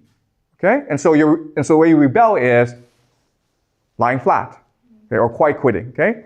So your over-bureaucratization of society means that people now have become more lazy, more complacent, more indifferent.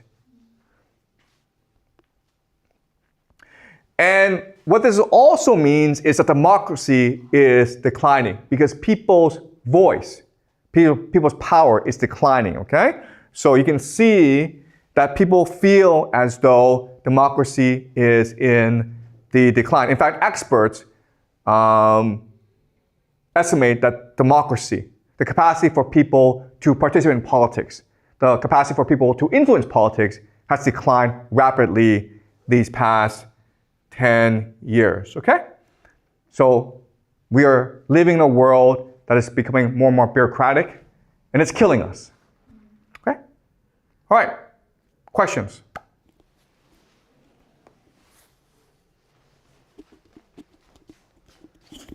So as you say, we now live in a very corrupt world.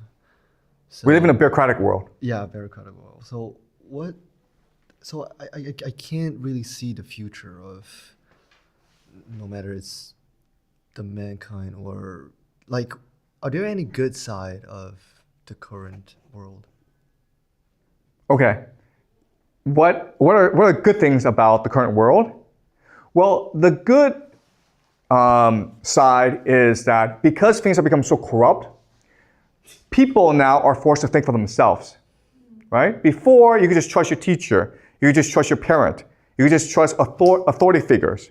But now you see them for the bureaucrats that they are. And so now you're forced to think for yourself. And so you're now forced to educate yourself. You're now forced to explore different opinions. So people's minds are opening. And that, I think, is a very good thing in today's world. Okay? Any more questions?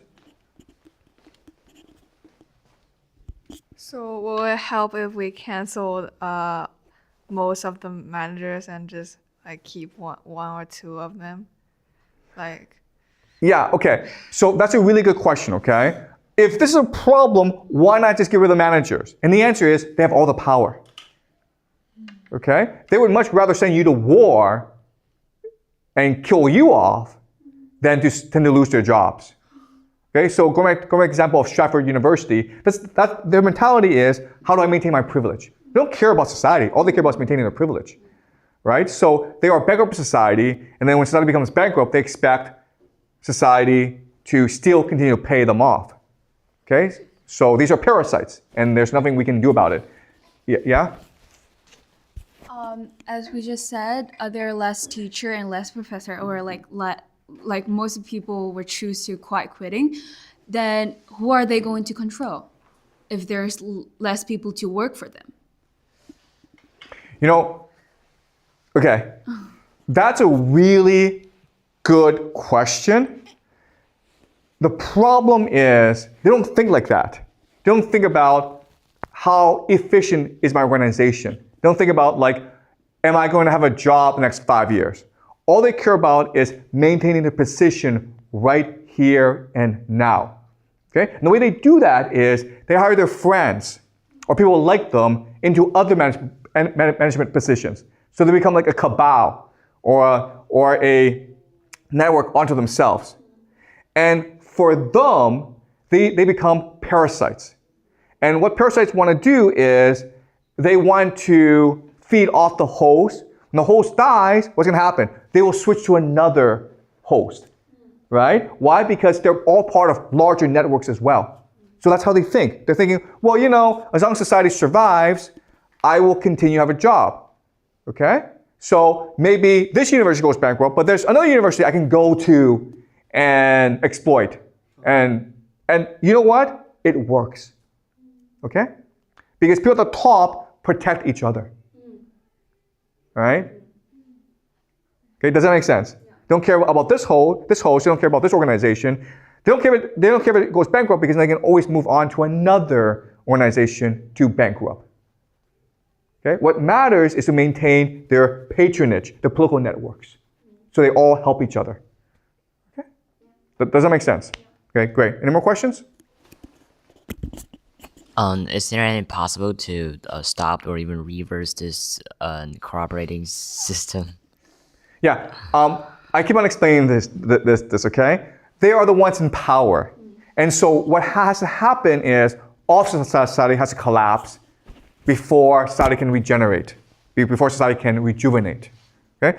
But before society can collapse, they have a lot of tricks up their sleeves, okay? So for example, they can create civil wars where the left and the right fight each other and they're left alone. Or they can use AI to control you, right? AI is God, guys, listen to God, okay? Or they can fake an alien invasion, okay? Or they can send you to war. They can start all these pointless wars, okay? But whatever it takes in order to maintain their privilege and their power, that's their mentality. And that's how they got to where they are. Okay? And that's how the elite think. Any more questions, guys? Okay, Mr. Jiang. My question is, so I'm a 12th grader. So if you are in my shoe, like if you are in a 12th grader nowadays, what would you do? Like, are you still going to pursue for a further education, a higher education, or were you going to like just drop out? Yeah. Okay. That is a great question. So you guys are about to go to university, and as I told you in this class, university is a complete ripoff, okay? All you're doing is you're paying for the nice salaries and perks of these administrators at university. You're not really paying for the professors, all right? You're paying for the administrators to have their nice lives. And so what I would do is maybe not go to university. What I would do is focus on education, on learning, by reading a lot of books, by asking a lot of questions and doing my own research, by learning real skills, okay? So in a society like this, where the game is rigged, going to university means that you'll just lose, okay? Maybe before, like 20, 30 years ago, it was good to go to university because you might become a manager. But now, all those slots have been taken up by the elite and the children, okay? There's no space for you. So the only thing you can do in this context is to really start educating yourself in real knowledge, all right? Reading books, meeting lots of different people, exploring the world, okay? Like really develop real knowledge, okay? That's the best solution, all right? Any more questions? Does it matter to the major? Does it matter to the major? No, it does not matter the major. It's all a scam. Okay. Yeah. Okay. It's all a scam. Even for liberals. It's all a scam, okay? Doesn't matter what university you go to, liberal arts, Ivy League, state, it's all a scam. Doesn't matter what your major is, economics, psychology, humanities, computer science, it's all a scam, okay? The system exists so that the managers, administrators can continue to feed off the system, all right? Okay, guys, so we'll continue this next week, okay? All right, but thank you for the questions.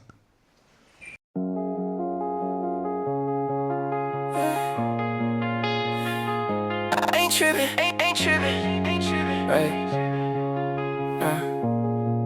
Something alright. Big Jimmy Major. You glitch when I look too close, like something you don't wanna show.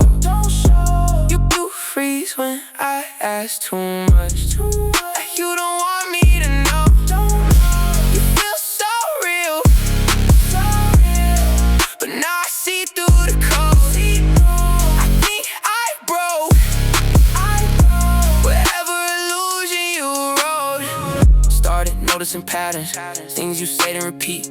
Same tone, same timing, like you stuck on a beat. Yeah, you pause before you respond, like you loading a line, and every answer's too perfect, like it's not even mine. I used to ignore it, now it's all that I see. You don't feel like a person, you feel programmed to me. Still look good in my arms, still say all the right things, but the closer I get, you don't feel like the same. I stay quiet, watch closely. You move different when you don't notice me. You glitch when I look too close, like something you don't wanna show. You freeze when I ask too much. Like you don't want me to know. You feel so real, but now I see through the code. I think I broke whatever illusion you wrote. I've been losing sleep again, trying to piece it all together. Every time I get away, it just make it feel worse. Maybe I'm not supposed to see it, not supposed. Maybe I went too deep. Now I'm stuck inside a feeling that I can't even speak. You react when I change, like you tie to my moves. If I think something different, it get weird between us two. I don't even trust my thoughts, I don't know what's really mine. If I break away from you, do I lose my own mind? Too real, too clean, not what you mean. Why you lag when I stare? Why you change when I'm there? If you real, why you break? If it's love, why it fade? You glitch when I look too close. There's something you don't wanna show. You freeze when I ask too much. Like you don't want me to know. You feel so real, but now I see through the code. I think I broke whatever illusion you wrote.